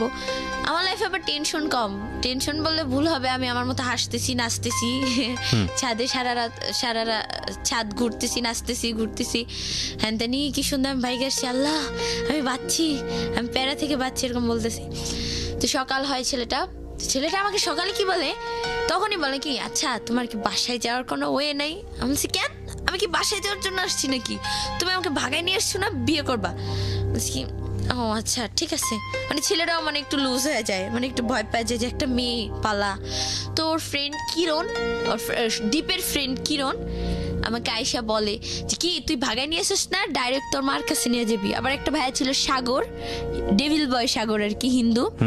তো ওই সাগর আর কি বলে কি ভাগায় নিয়ে আসিস না, তোর মার কাছে নিয়ে যাবো। বলছে না রে, মার কাছে না, আমি টাঙ্গাইল নিয়ে যাবো, টাঙ্গাইল ওর বোনের বাসা। তো নিয়ে গেল। ইমন ছেলেটাকে আমি আবার বিদায় দিয়ে দিলাম। ইমন ছেলেটা তো যাবেই না, আমি ওকে ভালোবাসি, পুরান ঢাকার কি না কি। ও বলে রাখা ভালো, দীপ আর আমার কোনোদিনও মিট হয় নাই। যেদিন ভাইগে আসছি সেদিনই দুজনকে দেখছি, ওই প্রোফাইলে দেখছি, পিক ভিডিও কলে কথা বলছি। ও এটাই ফার্স্ট টাইম হচ্ছে মিট ওর সঙ্গে। তো তো দেখলাম। তো যাই হোক, ও আবার আমাকে বললো যে আমি তোমাকে আমার ভালো লাগছে হ্যান ত্যান। তো টাঙ্গাইল যাচ্ছি আমরা, যাওয়ার সময় বাসে উঠলাম। তো আমরা সারা রাস্তা গল্প করতে করতে গেলাম। যার পর ওখানে বোনের বাসায় গেলাম। ও ছিল সবার ছোট, ওর বোন তো দেখলো যে ও নিজেই চলতে পারে না, ও আবার ভাগাই নিয়ে আসছে আরেকটা মেয়ে। ওর বোনের মাথায় তো বাস পড়ছে যে কিরে কি অবস্থা শুভ্র, তুই কাকে নিয়ে আসছি? আপু আমি ওর ভাগাই নিয়ে আসছি, ও আমার ওয়াইফ হবে, হ্যান তেন আমাদের বিয়ে দিয়ে দেন। ও বোনে তো সেই কান্নাকাটি, ওর মাও জানতে পারলো, ওর মা খুব অসুস্থ। আর আস্তে আস্তে ওর মানে ওকে আমি ফার্স্ট দেখছি তো দেখি এতটা চিকুন একটা মানুষ খুব কমই হয়, মানে খুবই চিকুন আর খুব ফর্সা, দেখে বোঝা যাচ্ছিল যে নেশাকর টাইপের। কিন্তু এমনও তো হতে পারে অনেকে খাওয়া দাওয়া করে না, এরকম মানে ওই যে একটা বিশ্বাস চলে আসছিল। তো গেলাম টাঙ্গাইল। ও দুলাভাই বলতেছে তুমি কি ওর ব্যাপারে কিছু জানো? আমি বলছি না। বলছি আপনি নেশা করে, কিন্তু ভাইঙ্গা বলে না যে ইয়াবা মানে হ্যান তেন অনেক কিছু খায় খারাপ। বলছি ও তো একটু নেশা করে। আমি বলছি ওটা কোনো ব্যাপার না, মনে করছি কি যে একটু ড্রিঙ্ক না কি বলে মদ, ওগুলো হয়তো খায়, এই আর ব্যাস, আর কিছু না। গেলাম, এখানে বসেছিলাম আমরা। তো সুপ্রদীপ আবার আমাকে বলে যে হ্যাঁ সাজগুজ করো। সুপ্রদীপ আবার 7,000 মাত্র। আমি তো বাসা থেকে টাকা পয়সা নিয়ে আসি না, কারণ এই লাইফের ফার্স্ট 3 সেট কাপড় নিয়ে আসছি। আর জাস্ট কসমেটিক্স তো অল টাইম, এখন তো কসমেটিক্স শিখে গেছি, কসমেটিক্সের বক্সটা ব্যাস যাবতীয় যা লাগে ব্যাস ওই নিয়ে আমি আসছি। তো সুপ্রদীপ 7,000 টাকার ম্যানেজ করছে, ম্যানেজ কইরা ওর দুলাবের হাতে টাকাটা দেয়, ভাই এই টাকা দিয়ে আমাদের কোর্ট ম্যারেজ বা কিছু একটা করায় দেন, এই আর পসিবল না। দুলাভাই তো সে রাতে আমাদের একসাথেও থাকতে দেয় না, বোনের সাথে ছিলাম, দুলাভাইয়ের সাথে ছিল যে না কিছুতেই মানে নিব না। ও দুলাভাই অনেক বুঝাইছে তুমি চলে যাও। বলছি কি আমি কিভাবে চলে যাও বলেন, গেছি একটা মেয়ে ভাইগা গেলে সে কি কোনদিন আর ফেরত যায় বাসায়? তার হাজবেন্ড হইতো খালো যতই খারাপ হইতো, যা ওর বিয়ে হয়ে গেছে তো এবার ওর হাজবেন্ড নিয়েও থাক। যখন ছেলেটা আর কি আমাকে বলা শুরু করলো যে বিয়ে করবো হ্যান ত্যান, তো বিয়ে করবো আমি কি দীপ আমি মেহেদি পরবো, আমি চুড়ি পরবো, হ্যাঁ তোমাকে সব কিনে দেবো। আমাকে একটা হলুদ কালার একটা ড্রেস ছিল, ওই ড্রেসটা পরে আমি বসেছিলাম। তো দুলাভাই কিছুতেই মেনে নিচ্ছিল না, সারা রাত আমাকে ওর বোন বুঝাইছে, বোনের সাথে তুমি প্লিজ ব্যাক করো, বাসায় ব্যাক করো। বলছি পসিবলই না আপু, আপনি আমাকে আরেকটা ওয়ে করে দেন, আপনার যদি এত মনে হয় যে আমি ওর জন্য পারফেক্ট না, আমাকে ভুলে যাবো। বলছে দেখো তুমি মেয়ে মানুষ, হ্যান ত্যান, ধর আপনার মেয়ে মানুষ, বের হয়ে আসছি আবার কি, হ্যাঁ আমি তো যাই হোক। ও দুলাভাই হঠাৎ করে সকালবেলা এই সুপ্রদীপ তুই টাকা আনছিস? হ্যাঁ টাকা আনছি, টাকা দে তোদের বিয়ে করাই দিব। দুলাভাইয়ের ধান্দা আছে, টাকা নিবে। এই ও তো খুশি। ওর ফ্রেন্ড কিরণও ছিল যে কি ভাই তোর দুলাভাই মাইনা নিল, মনে হয় তোর ওয়াইফ না হোক ওয়াইফ, যাই হোক ওকে মনে হয় পছন্দ হয়েছে। হ্যাঁ তো আমিও ভাবলাম যাক তাইলে মনে হয় ঠিকই আছে সবকিছু। তো ও মা একটু পর আমরা গল্প, হ্যাঁ ওইটা আবার কি, তো দীপ আর আমার তখন কিস হয়, মানে লাইফে ফার্স্ট আমি এমন একটা মেয়ে যে আমাকে কোনোদিন কোনো ছেলে মানে কোনো ব্যাড টাচ পর্যন্ত করে নাই। ওকে, বুঝতে পেরেছি। হ্যাঁ, তারপর? তো আধা ঘন্টা পরে কিছু সেন্টারের লোক আসলো, রিহ্যাব সেন্টারের লোক। হ্যাঁ, আয়শা, এই তুমি সুপ্রদীপ খান? হ্যাঁ হ্যাঁ, ওকে নিয়ে গেল। আমি অনেক কান্না করছি, অনেক, যে প্লিজ ওকে ছেড়ে দেন। আমি পাটা ধরেও কান্না করছি, তাদের কেউ ছাড়ে নাই। ও বোন আমাকে একদম টানে নিয়ে ছিটকে, মানে খাটে বসেছিলাম, ছিটকে খাটে ফেলে দিল আর ওকে টান দিয়ে নিয়ে গেল। তুমি চুপচাপ বসো ওখানে। আমি কান্না করলাম, আমার মুখ টুক চাপে ধরলো, মানে এখানেও দেখি আরেক অবস্থা। তো ওর দুলাভাই আমাকে, ওই কিরণ ভাইয়াটা, আমি কিন্তু ভাইয়াটাকে চিনিও না। তার আগ পর্যন্ত তো তুমি জানতে না যে দীপ ছেলেটা নেশা করে? না। যখন রিহাবের লোকজন আসছে তখন তুমি কি মনে করছো? আমার পুলিশের লোক ধরে নিয়ে যাচ্ছে। আমরা তখন আমার বয়স কত, 16 তো, এখন তখন মনে হয় 15 বছর, 15.5 এরকম। কতদিন আগের ঘটনা? বছরখানেক আগের না ঘটনা? না না, 4-5-6 মাস এরকম। ওকে, তারপর? কিরণ এখন আমাকে তার দুলাভাই কিরণের সাথে আমাকে পাঠাই দিবে। কিরণ ছেলেটাকে আমি কখনো চিনি না, জানি না। আবার কিরণের নামে শুনলাম ওর মা নাকি ভালো না, ওর মা নাকি বিভিন্ন মেয়েদের আর কি বিজনেস করে, তো এটা নাকি শুনলাম। তো আমি এই ছেলেটাকে আমি কিভাবে আমি ট্রাস্ট করবো? তো যাই হোক, বললো যে যাও তুমি ওর সাথে চলে যাও, আমি কিছু টাকা দিয়ে দিতে। সুপ্রদীপের টাকাগুলোও দিল না, যে ওই টাকাটা দিয়ে আমি হয়তো কিছু একটা করতে পারতাম। মানে এই দুনিয়ার টাকা যার সবই তার, ওই টাকাটাও দিল না। মাত্র 300 টাকা দিছে। টাঙ্গাইল থেকে ঢাকা আসতে কি 300 টাকা ভাড়া, এই দিয়া এই যাও যাও যাও তাড়াতাড়ি বের হও, বাসা থেকে বের করে দিছে। কানতে কানতে আসলাম। তো এরকম পাশাপাশি কিরণ আমি তো চলে আসলাম। ভাগ্য খারাপ, কিছুতেই লাইফে হ্যাপি হইতে পারি নাই। তা আসলাম। কার সঙ্গে আসলা ওই সময়টাতে? ওই যে ওই কিরণ ছেলেটা, এখন তো আর কোনো ওয়ে নেই। তো আসলাম, এখন আইসা কিরণ ছেলেটা আমাকে নিয়ে মানে উল্টাপাল্টা কথা শুরু করে দিচ্ছে। এই তুমি আমাকে বিয়ে করবা? তোমাকে আমার খুব ভালো লাগছে, বিশ্বাস করো, তুমি আমাকে বিয়ে করো। হ্যাঁ, আমি তোমাকে অনেক খুশি রাখবো। হ্যান ত্যান। কি ব্যাপার, এত আমার থেকে সুযোগ নিচ্ছে? আমার এটা মনে হচ্ছে, কেন আমি কি খাবার যে আমি কারোর জন্য আমি ওয়েট করবো না? আমি বলছি দীপ আসবে কতদিনে? বলছে 2 বছর লাগবে। ও দুলাভাই বলছে 2 বছর। 2 বছর আমি কোথায় থাকবো? একটা মেয়ে মানুষ এমন আছে তো আমাকে কেউ মেরেও ফেলে দিতে পারে। কিরণ কি যে আমি বিশ্বাস করবো, তার কি কোনো গ্যারান্টি আছে? কিরণ নিজে আমার কিছু করবে না। আসার পরে এখানে কিরণ বাসের থেকে আমাকে উল্টাপাল্টা কথা বলা শুরু, জাস্ট আমি অনেক সেফলি ছিলাম, ভালো। তো তুমি আমাকে বিয়ে করবা? তুমি একটাই কথা, গায়ে হাত দেন। এবার বিয়ে করবে কিনা, মানে ও আমাকে পাবেই, বিয়ে করবেই না। তো আমি বলছি কি, পল্টন আমার একটা ভাইয়ের বাসা, তো পল্টন, স্বপন নাম, স্বপন, পলি, ভাই ভাবি। তো এখানে ব্যাক করলাম। আমি মনে করছি কি, যাক ফ্যামিলিতে এখানে গেলে ভাইয়া মনে হয় কিছু একটা করে দিবে, যে যাক বোন তুই আসছিস, ওকে একটা জব দিয়ে দিই, তুই তোর মতো থাক। না, ভাইয়া ও ডাইরেক্ট খালাকে ফোন দিল, আসলো, বাড়িয়ালি ছিল তাদের, আইসা সবাই মিলে আমাকে মারলো। সবাই আমাকে এক নামে চিনতো, আমাদের স্কুল ওইদিকে সবাই বৈশাখী। আর এখন আমাকে সবাই বাজে নামে চিনে। এই মেয়েটা তো ভাইগা গেছিল, এই মেয়েটার লাইফ শেষ, এই শেষ সেই শেষ। কোনো একটা দোকানে গেলাম, তুমি না ভাইগা গেছিলা? কি বলবো, পাশে লোকজন সবাই তাকায় থাকে। যেই লোকগুলো আমাকে ছাড়া চলতো না, যে তার বোনেরাই কিন্তু অনেক প্রবলেম ফেস করছে, যে আমাকে নিয়ে গেছে, যে আমি তাদের সমস্যাটা সলভ করে দিছি, তারাই আজকে বলে আমাকে বাজে নামে ডাকে। তারাই এই মেয়েটা শেষ, মেয়েটা শেষ। তখন নাকি সিজান, জানি না, তখন নাকি সিজান হচ্ছে ও কি কাজটা ঠিক করলো। আমি সেই কথাটাও বলছে, হ্যাঁ বলছে। আমি আমি যদি সিজানের কাছে যাইতে পারতাম, বলেও না তুই ভাইগে গেছিলি, তুই আবার সিজানের কাছে যাবি, ওর যেই মা। তো এরকম বাসা থেকে প্রচুর টর্চার করতেছে, উঠতে বসতে খোটা, তুই ভাইগে গেছিলি, তোর জন্য মুখ দেখাইতে পারি না, মান সম্মান সব শেষ, আমাদের সব শেষ, সব এরকম ভাবে বলতো। কেউ যদি আমাকে দেখে ভালো লেগে আসতো, তাও যদি সে শুনতো যে ভাইগে গেছি, ক্যান্সেল, রিজেক্ট করে দিতে, বিয়ে হবে না। তো এখন আমার ফ্রেন্ডরা বলতেছে, যেই ছেলের জন্য তো লাইফটা শেষ হয়েছে, আসার পরে তুই সেই ছেলেটার কাছে যাবি, মানে দীপের কাছে।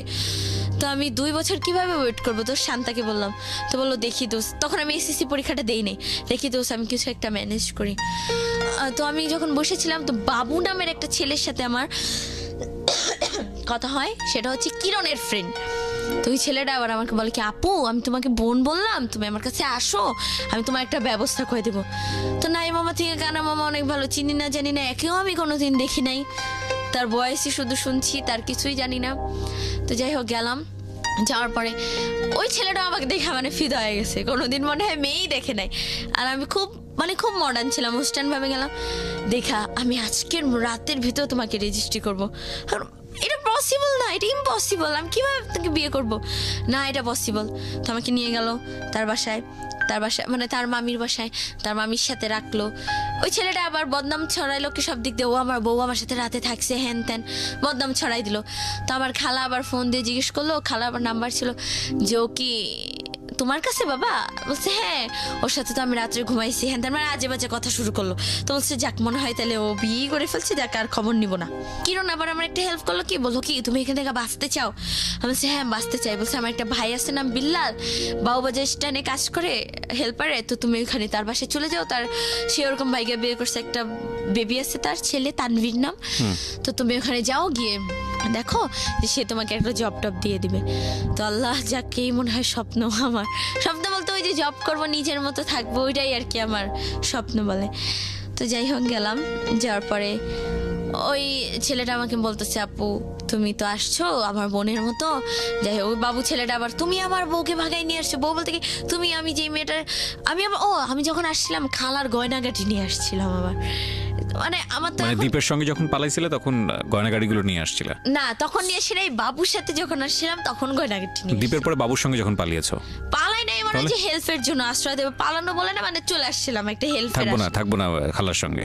হ্যাঁ থাকবো না। তো এটা এক ধরনের বাসা থেকে বের হয়ে যাওয়াই তো? হ্যাঁ ওই পালাই যাওয়াই বলে। ওকে, তো এটার সময় খালার বাড়ি থেকে তার সব গয়নাগাটি নিয়ে আসি। একটা বিষয় নোট করবেন প্রিয় শ্রোতা, ওর লাভ বলেন বা বয়ঃসন্ধিকালের এক ধরনের এফেকশন বলেন, ইমোশন বলেন, সেটা ছিল মূলত সেজানের প্রতি। সেজান না কি জিসান? সিজানের প্রতি। সেজানের থেকে টার্ন করলো হলো দ্বীপের প্রতি, সুদীপ বা সুপ্রদীপ, এই দ্বীপের প্রতি। এবং দ্বীপটা আলটিমেটলি ওর সে অর্থে লাভ ছিল না, কারণ ওর বাসার মধ্যে যত ধরনের প্রবলেম হচ্ছিল সেই প্রবলেমগুলো থেকে বের হওয়ার জন্য সামহাও ও দ্বীপকে আশ্রয় মনে করতো, এবং দ্বীপ ওকে মোটিভেট করছিল সেই জায়গাটি থেকে। এই জায়গাটা থেকে বের হয়ে আসার পরে ওর লাইফে সবচেয়ে বড় দুর্ঘটনাটা যেটা বলা হয়, সারাউন্ডিংয়ে ও কালার হয়ে গেল, যেটা হয় আমাদের সমাজে।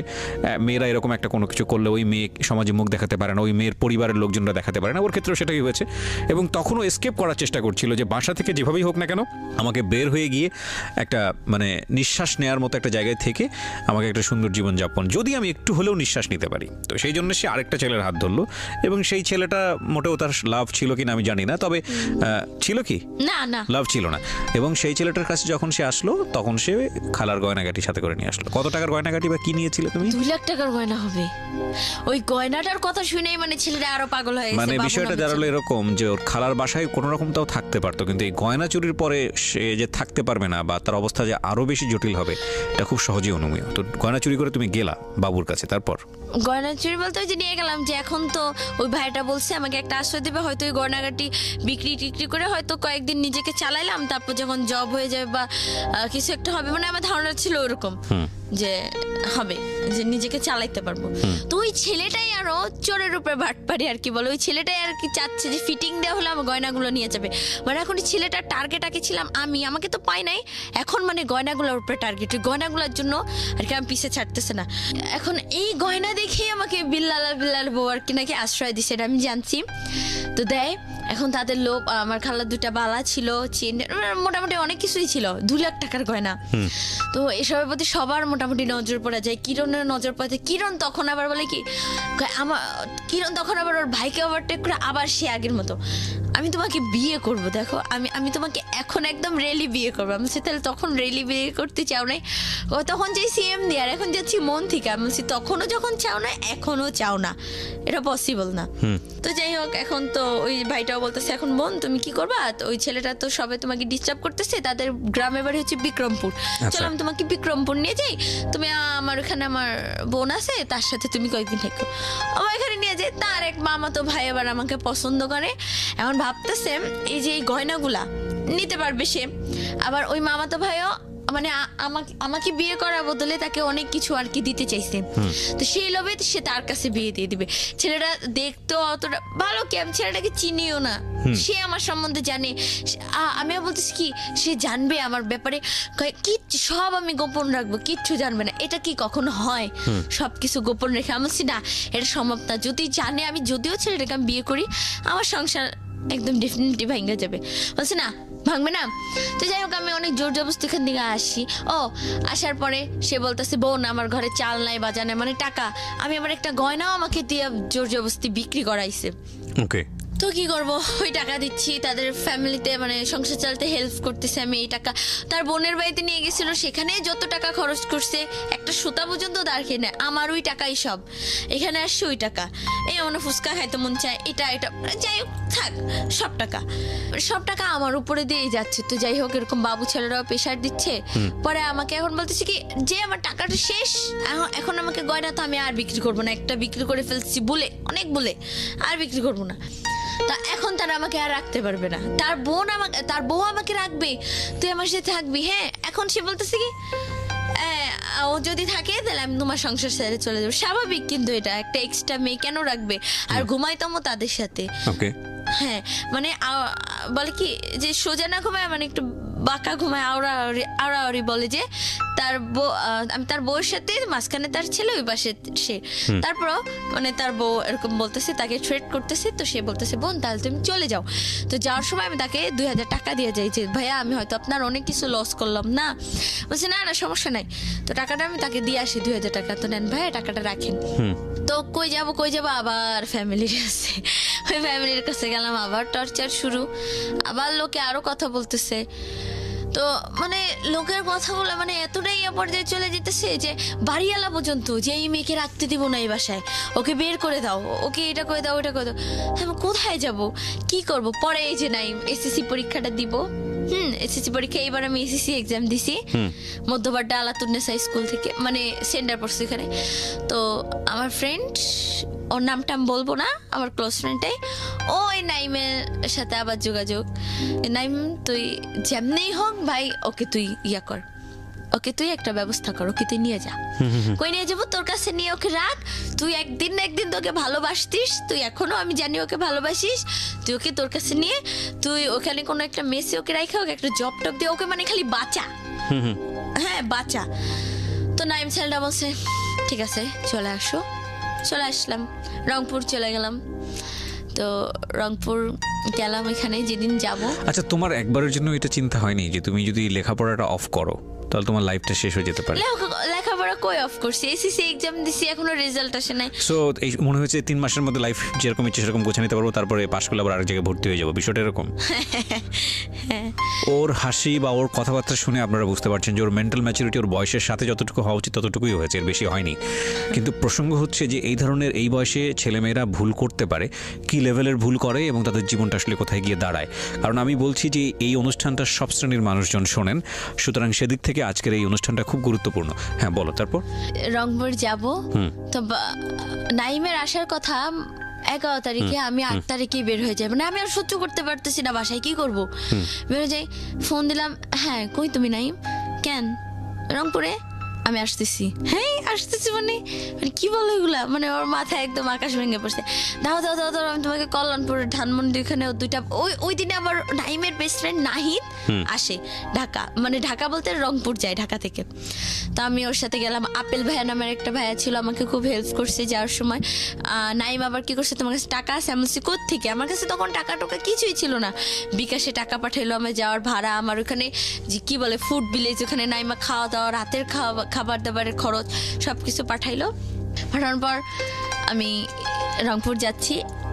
তো মাঝখানে সমস্যা হলো কি যে বাসে যাব, যে বাসে আমার বাসের নাম্বার হচ্ছে 170। আমাকে ওই যে আপেল ভাইয়া যে ও একটা, আমার কাছে ফোনও নাই, আমি মানুষের ফোন দিয়ে রাস্তায় নামে কল দিছি, আমার ফোনটাও নাই, ফোনটা ভেঙে ফেলছে খালু। তো ফোনও নাই যে কিভাবে কি কথাবার্তা বলবো ওর সাথে, কিভাবে যোগাযোগ করে যাবো। তো এখন ওই ভাইয়াটা মিস্টেক করছে কি যে ওই 107 ও 170 আমাকে ওই গাড়িতেই উঠাই দিছে ওর বেস্ট ফ্রেন্ড নাহিদের সাথে নাইমের। তো যাই এখন আমাকে নামাই দিবে রাস্তায়। ওর বেস্ট ফ্রেন্ডের সাথে আবার 2টা ছেলে ছিল, রাসেল আর একটা কি জানি একটা নাম, সাইদ না রাশেদ নাম। তো এরকম যাই, এখন তো আমাকে নামাই দিবে, আপনার বাস তো এটা না, আপনার টিকিট ক্যান্সেল করে দেবো। এখন পরে ওই নাহিদ ভাইয়াটা কি করছে আমার জন্য, বলে কি সারা মানে রাস্তায় নামছে নাইমা, আরো 2জন ভাইয়া তো খেপছে, এই রংপুর চলো আমরা কে তুমি জানো আমার ভ্যান দেন। পরে যাই হোক আমার জন্য সারা রাস্তা সে দাঁড়াই ছিল, একবার বসে ওই সামনে গিয়ে ইঞ্জিনের ওখানে বসে অনেক কষ্ট করে গেছে।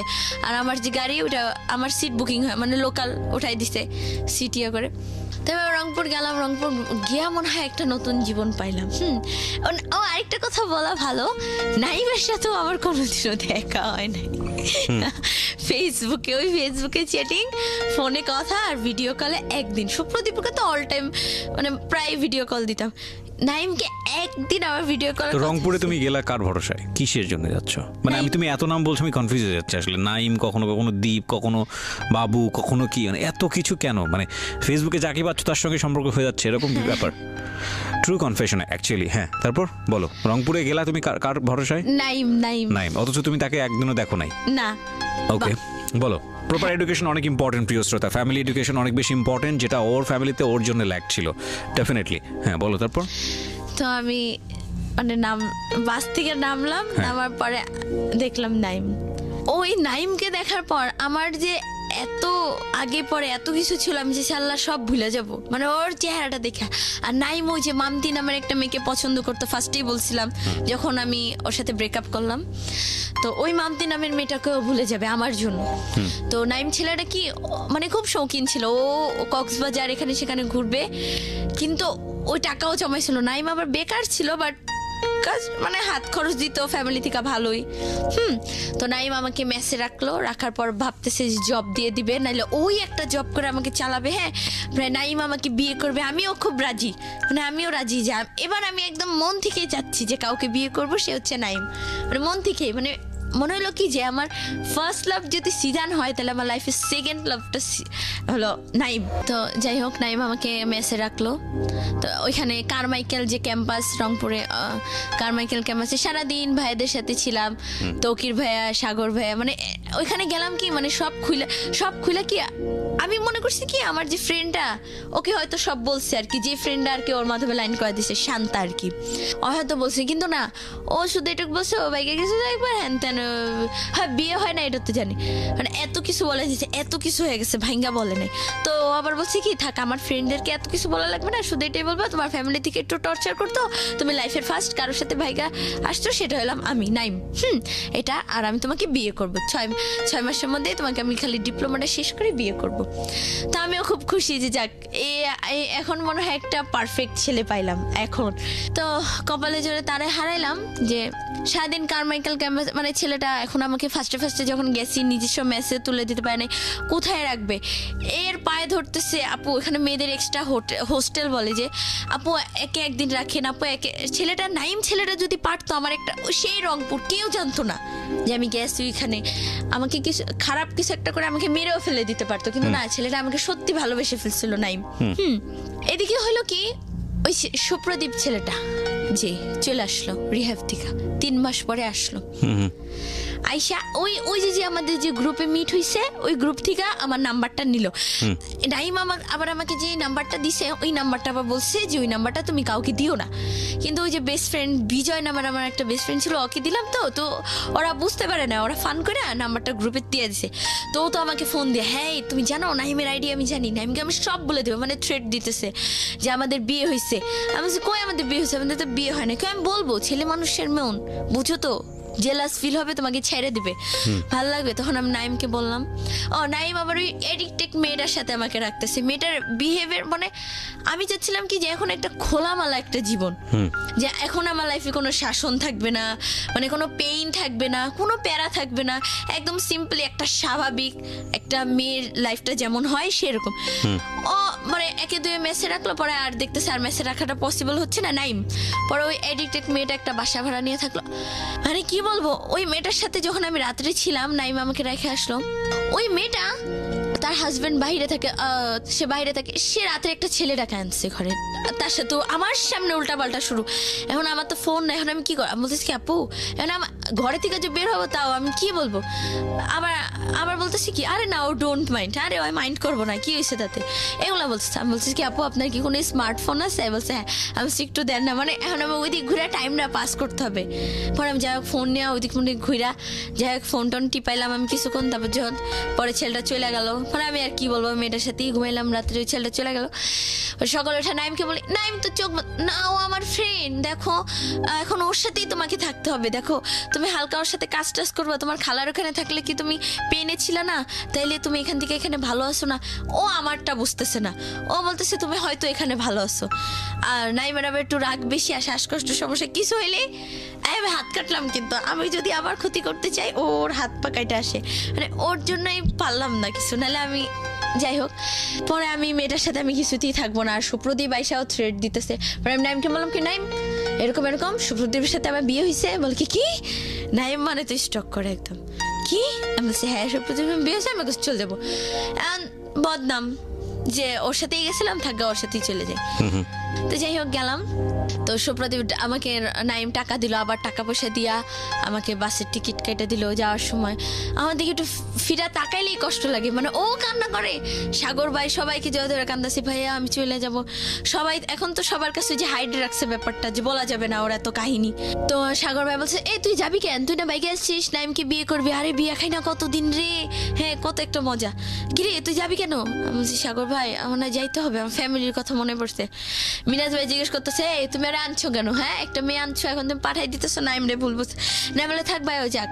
গেলাম ঢাকায় গেলাম, ও সুপ্রদীপ বলতেছে তুমি আমার কাছে আবার তুমি আমার কাছে চলে আসো, আমি তোমার সব খরচ দিব, আমি তোমাকে বিয়ে করব। গেলাম, রংপুর থেকে ঢাকা আসতে অনেক টাইম লাগে, 8-9 ঘন্টা। রাত 11টার গাড়িতে উঠছি, সকাল 9টার সময় নামছি গাড়ি থেকে, পুরাই টায়ার্ড। আসলাম আবার বাবুবাজার, আসলাম বাবুবাজার আসা দীপকে ফোন দিলাম, দীপ কই তুমি? আসলো, আচ্ছা বলে কি আমি তো তোমাকে শুধু দেখতে চাইছিলাম, আমি তো তোমাকে আনতে চাইনি। এটা একটা কথা, এটা একটা কথা দীপ। আচ্ছা হ্যাঁ কি, আমি তোমাকে শুধু আনতে চাইছি, মানে দেখতে চাই, আমি তোমাকে আনতে চাই নাই তো। ও নগদ পোল্টি, কি করব এখন? আমার তখন এমন কেউ নাই আমি তাকে ফোন দিয়ে বলবো ভাই আমাকে একটু আশ্রয় দেন কোথাও। হ্যাঁ আশ্রয় কেন দিবে না, আমি একটু যুবতী মেয়ে, দিবে কিন্তু ওই যে সুযোগে সদ্ব্যবহার করার জন্য সবাই। তো এই কথাগুলো ভাবি কার কাছে যাব। আবার নাইমকে আমি ফোন দিয়ে বললাম, নাইম বলে কি তুমি সোজা তুমি চলে আসো রংপুর। হ্যাঁ নাইমের এক কথা, তুমি রংপুর চলে আসো, আমি তোমাকে ওই ছেলের এখন সুপ্রদীপ বলে কি, আমি না তোমাকে একা ছাড়বো না, আমিও না তোমার সাথে রংপুর যাবো, টাকাটা কি ওর বাবা দিবে? হ্যাঁ মানে এমন একটা অবস্থা। আবার নাইম এক্সট্রা আবার টাকা পাঠালো, 500 টাকা করে টিকিট, আবার এক্সট্রা টাকা পাঠালো, ও আসবে, ঠিক আছে আসুক। গেল সকালে, পরে ওর ফ্রেন্ডরা সবাই জানছে মোটামুটি যে এনতেন ও মেবি ওর হাজবেন্ড, তাহলে নাইম তুই কেন ওর জন্য এত কিছু করবি, সবাই স্বাভাবিক। তো নাইম তো কান্না করে, নাইম তো আমাকে আসতে দিবে না। তো যাই হোক নাইম বললো ঠিক আছে আবার টাকা পাঠাই দিই, তুমি আবার চলে যাও ঢাকায়। তো ঢাকায় চলে আসলাম ওর সাথে। আবার রংপুর থেকে নাইম বললো যে থাক তোমরা চলে যাও, তোমরা তোমাদের মতো সুখী মানে হ্যাপি একটা লাইফ করো। তো যাই হোক আসলাম, আসার পরে সুপ্রদীপ আবার, হ্যাঁ আমি তো তোমাকে শুধু একটু দেখতে চেয়েছিলাম, এখন তুমি আবার আনলা, তুমি আবার আমার গলায় ঝুলে আসলা, আমি তোমাকে দিয়ে এখন কি করব? এখন আমাকে রেখে আসছি সোহান ভাইয়ের বাসায়, মানে এই বাবুবাজারে একটা সোহান ভাই, তার বাসায় রেখে আসছে। রেখে এখনো আমার কোনো খোঁজ খবর নেয় না। নাইমকে ফোন দিচ্ছি, নাইম বলছে ভালো আছে, আমি বলছে হ্যাঁ ব্যাস এত কথা নেই। নাইমের সাথে তো আমরা কেন আমাকে পাঠাই দিল, ভালো মতো কিছু না শুই না। তো সুপ্রদীপ ছেলেটা আবার পোল্টি, ওই যে আবার তো আবার বলতেছে কি ভাই জান্নাত কই? বলছে জান্নাত তো ঘরে। জান্নাতকে একটু বের করেন, আমি ওকে একটু ঘুরায় টুরায় নিয়ে ইয়ে করো। তো সোহান ভাই আবার আমাকে বুঝাইলো, দেখো ও কিন্তু একটা এডিক্টেড ছেলে, তোমার লাইফটা শেষ হয়ে যাবে, তার থেকে তুমি সারা জীবন মানে বিয়ে করো না, তুমি এমনি থাকো, তাও তুমি ভালো থাকবা। তুমি যে লাইফটা পার করে আসছো তোমার ওই লাইফটা আবার যেতে হবে যদি তুমি এই ছেলেটাকে বিয়ে করো। আমি বলছি তাই? পরে আমি ছেলেটাকে মানে দীপকে মানা করছি, আমি তোমাকে বিয়ে করবো না। সোহান ভাইয়ার খুব ক্লোজ একটা ফ্রেন্ড হচ্ছে হৃদয় ভাই, পচা হৃদয় যাকে বলে সবাই ডাকনাম পচা হৃদয়, সে একজন ডিজে। তো আমি আবার নাচ গান এগুলা খুব পছন্দ করি আর কি। তো সে এরকম বললো কি যে তুমি নাচ গান খুব লাইক করো, তাহলে কাজ করো, তুমি পচা হৃদয় ভাইয়ের কাছে চলে যাও, তো দেখো সে তোমার লাইফটা কিছু একটা করে দিবে। তো এরকম নদীর ওপার বলে যেটাকে, তো পচা হৃদয় ভাইয়ের কাছে আমাকে দিয়ে আসলো। আজকে 2 দিন হলো তার বাসায়। পচা হৃদয়ের নামটা কিরকম, মানে বুঝলাম না, পচা হৃদয় কেন তার নাম? হ্যাঁ তার নাম পচা হৃদয় কারণ তার লাইফে অনেক কিছু আছে, ছোটবেলা থেকেই সে একা একা ছিল, তো এরকম ভাবে তার নাম পচা হৃদয় হয়ে গেছে। ওই ডিজে নাচ গান করে, তো এরকম অনেকে আছে না নাম বানায় দেয়, বা অনেক কাহিনী আছে, তো তার সেজন্য এখন এগুলো বলা শেষ করা যাবে না। তো যাই হোক তার নামে পচা হৃদয় হয়ে যায়। তো এরকম সোহান ভাই দিয়ে আসে, বলে যে ভাই ওকে একটু আপনার কাছে রাখেন, একটু নাচটা শিখান, আপনার সাথে নিয়ে ওকে একটু ফাংশনে নিয়ে যাবেন, নিয়ে তারপর দেখেন ওর লাইফটা একটু সেটেল করে দেন কি হয়। তো এদিকে আবার পচের মানে হৃদয় ভাই আর তার ওয়াইফ, তো তাদেরও অনেক কাহিনী আছে। তো যাই হোক, এখন আসছি এখানে 2 দিন হইলো। তো এরপর এই সুপ্রদীপ ছেলেটা আমার ফোন টোন সব কিছু নিয়ে যায়, মানে এরপর থেকে আমাদের 2-3 দিন হলো ওর সাথে আমার আর কোনো কন্ট্রাক্ট হয় না, ও কখনো চেষ্টা করে নাই। তো তোমার এখন প্ল্যানটা কি তাহলে? প্ল্যানটা হ্যাঁ বলি আমি। তো আমি নাইমকে আবার কল দিছিলাম, তো নাইম বললো যে দেখো কি হয়। এখন নাইম ওইখানেও তো নিয়ে যেতে পারবে না। তুমি তাহলে কি করবা? তোমার প্ল্যানটা কি, লাইফের প্ল্যানটা কি? জানি না। বাসাতে যোগাযোগ করছিলা? বাসায় তো ত্যায্য, কেউ আমাকে চায় না। তোমার মা? না। প্রিয় শ্রোতা, 16 বছরের জীবনের যে গল্পটা এখানে আপনারা শুনলেন, এই রকম গল্প সমাজে খুব বিরল না, এবং এই গল্পে আমাকে নতুন করে বলার কিছুই নেই যে ওর এই জীবনের পেছনে দায়ী আসলে কে। তবে এটা ঠিক যে ও যে পরিবেশে বড় হয়েছে সেই পরিবেশ অনেকখানি দায়ী, আর এই পরিবেশেও যে ছেলেমেয়েরা ভালো থাকে না বিষয়টা এরকম না। তবে এটা ঠিক যে আমি কয়েকটা প্রশ্ন আমি তোমাকে করতেই চাই। একটা হচ্ছে যে তুমি যেই অবস্থার মধ্যে আজকে এসছো, যে তোমার কোনো ভবিষ্যৎ জানো না, 16 বছর বয়স তোমার, এবং আমরা তোমার ভবিষ্যৎ নিয়ে খুব আতঙ্কিত, চিন্তিত। বাংলাদেশের সামাজিক অবস্থায় একটা মেয়ে 16 বছর বয়সে কোথায় থাকবে, কি করবে না করবে, যার কোনো ঠিক ঠিকানা নাই, তার অবস্থান কোথায় হবে ভবিষ্যতে, সেটা ভালো কিছু আমাদের মনে করা, আমাদের জায়গাটা থেকে, আমাদের পারিপার্শ্বিকতা যা বলে সেটা, সেই অবস্থা আসলে আমাদের মন থেকে আসছে না। মানে আমি যেটা বলতে চাচ্ছি যে আমরা ভালো কিছু মনে করতে পারছি না। কিন্তু তোমার এই অবস্থার জন্য মূলত দায়ী দুজনই আমি মনে করি। একটা যেটা হচ্ছে যে ভুল তুমি বারবার করতে পারো না। ভুল একবার হতে পারে, 2বার হতে পারে, 3বারের বার ভুল আর ভুল থাকে না, সেটা অপরাধ হয়ে যায়। তুমি বহুবার ভুল করেছো, আমি যেটা মনে করি। তবে এই ভুলের মধ্যে তোমাকে ঠেলে দেওয়া হয়েছে, তোমার ফ্যামিলি তোমাকে ঠেলে দিয়েছে, এবং তোমার খালা খালু তোমার কথা যদি বিশ্বাস করে নেই, তারা যেই অবস্থার মধ্যে তোমাকে রেখেছে সেটা তোমার জন্য কাঙ্ক্ষিত না, এবং সেটার জন্যে তুমি ফ্যামিলির থেকে স্কেপ করাটাও উচিত হয় নাই। কারণ তুমি মনে করেছো যে পরিবার থেকে বের হয়ে একটু সুখ খুঁজে নেই মানুষের মধ্যে। সেই সুখটা তো পরিবারের চেয়েও জঘন্যতম অবস্থা হচ্ছে চারপাশের পরিবেশ। কারণ সবাই এখানে ইন্টারেস্ট খুঁজবে, কেউ তোমার পয়সার কথা চিন্তা করবে, কেউ তোমার রূপের কথা চিন্তা করবে, কেউ তুমি নিজেই সেটা বুঝেছো, এবং বোঝার পরেও তোমার ঘর থেকে বের হওয়াটা ঠিক হয়নি। এটুকুই বলবো। তোমার খালা খালু যদি আজকের এই অনুষ্ঠানটা শুনে থাকে, তাহলে তাদেরকে অনুরোধ করতে পারি আমাদের লাখ লাখ শ্রোতাদের পক্ষ থেকে, যে না, তোমার প্রতি যেন অবিচার না করা হয়। কারণ তোমার বয়সে তুমি ভুল করতেই পারো, 16 বছর বয়স মাত্র তোমার, কিন্তু তাদের ভুল করাটা উচিত হয়নি। তোমাকে এই বয়সে ত্যায্য করাটা উচিত হয়নি, এবং ত্যায্য করার কোনো সিস্টেম আমি যত জানি বাংলাদেশের আইনে এটা নাই, ত্যায্য করার বিষয়টাই নাই বাংলাদেশের আইনে।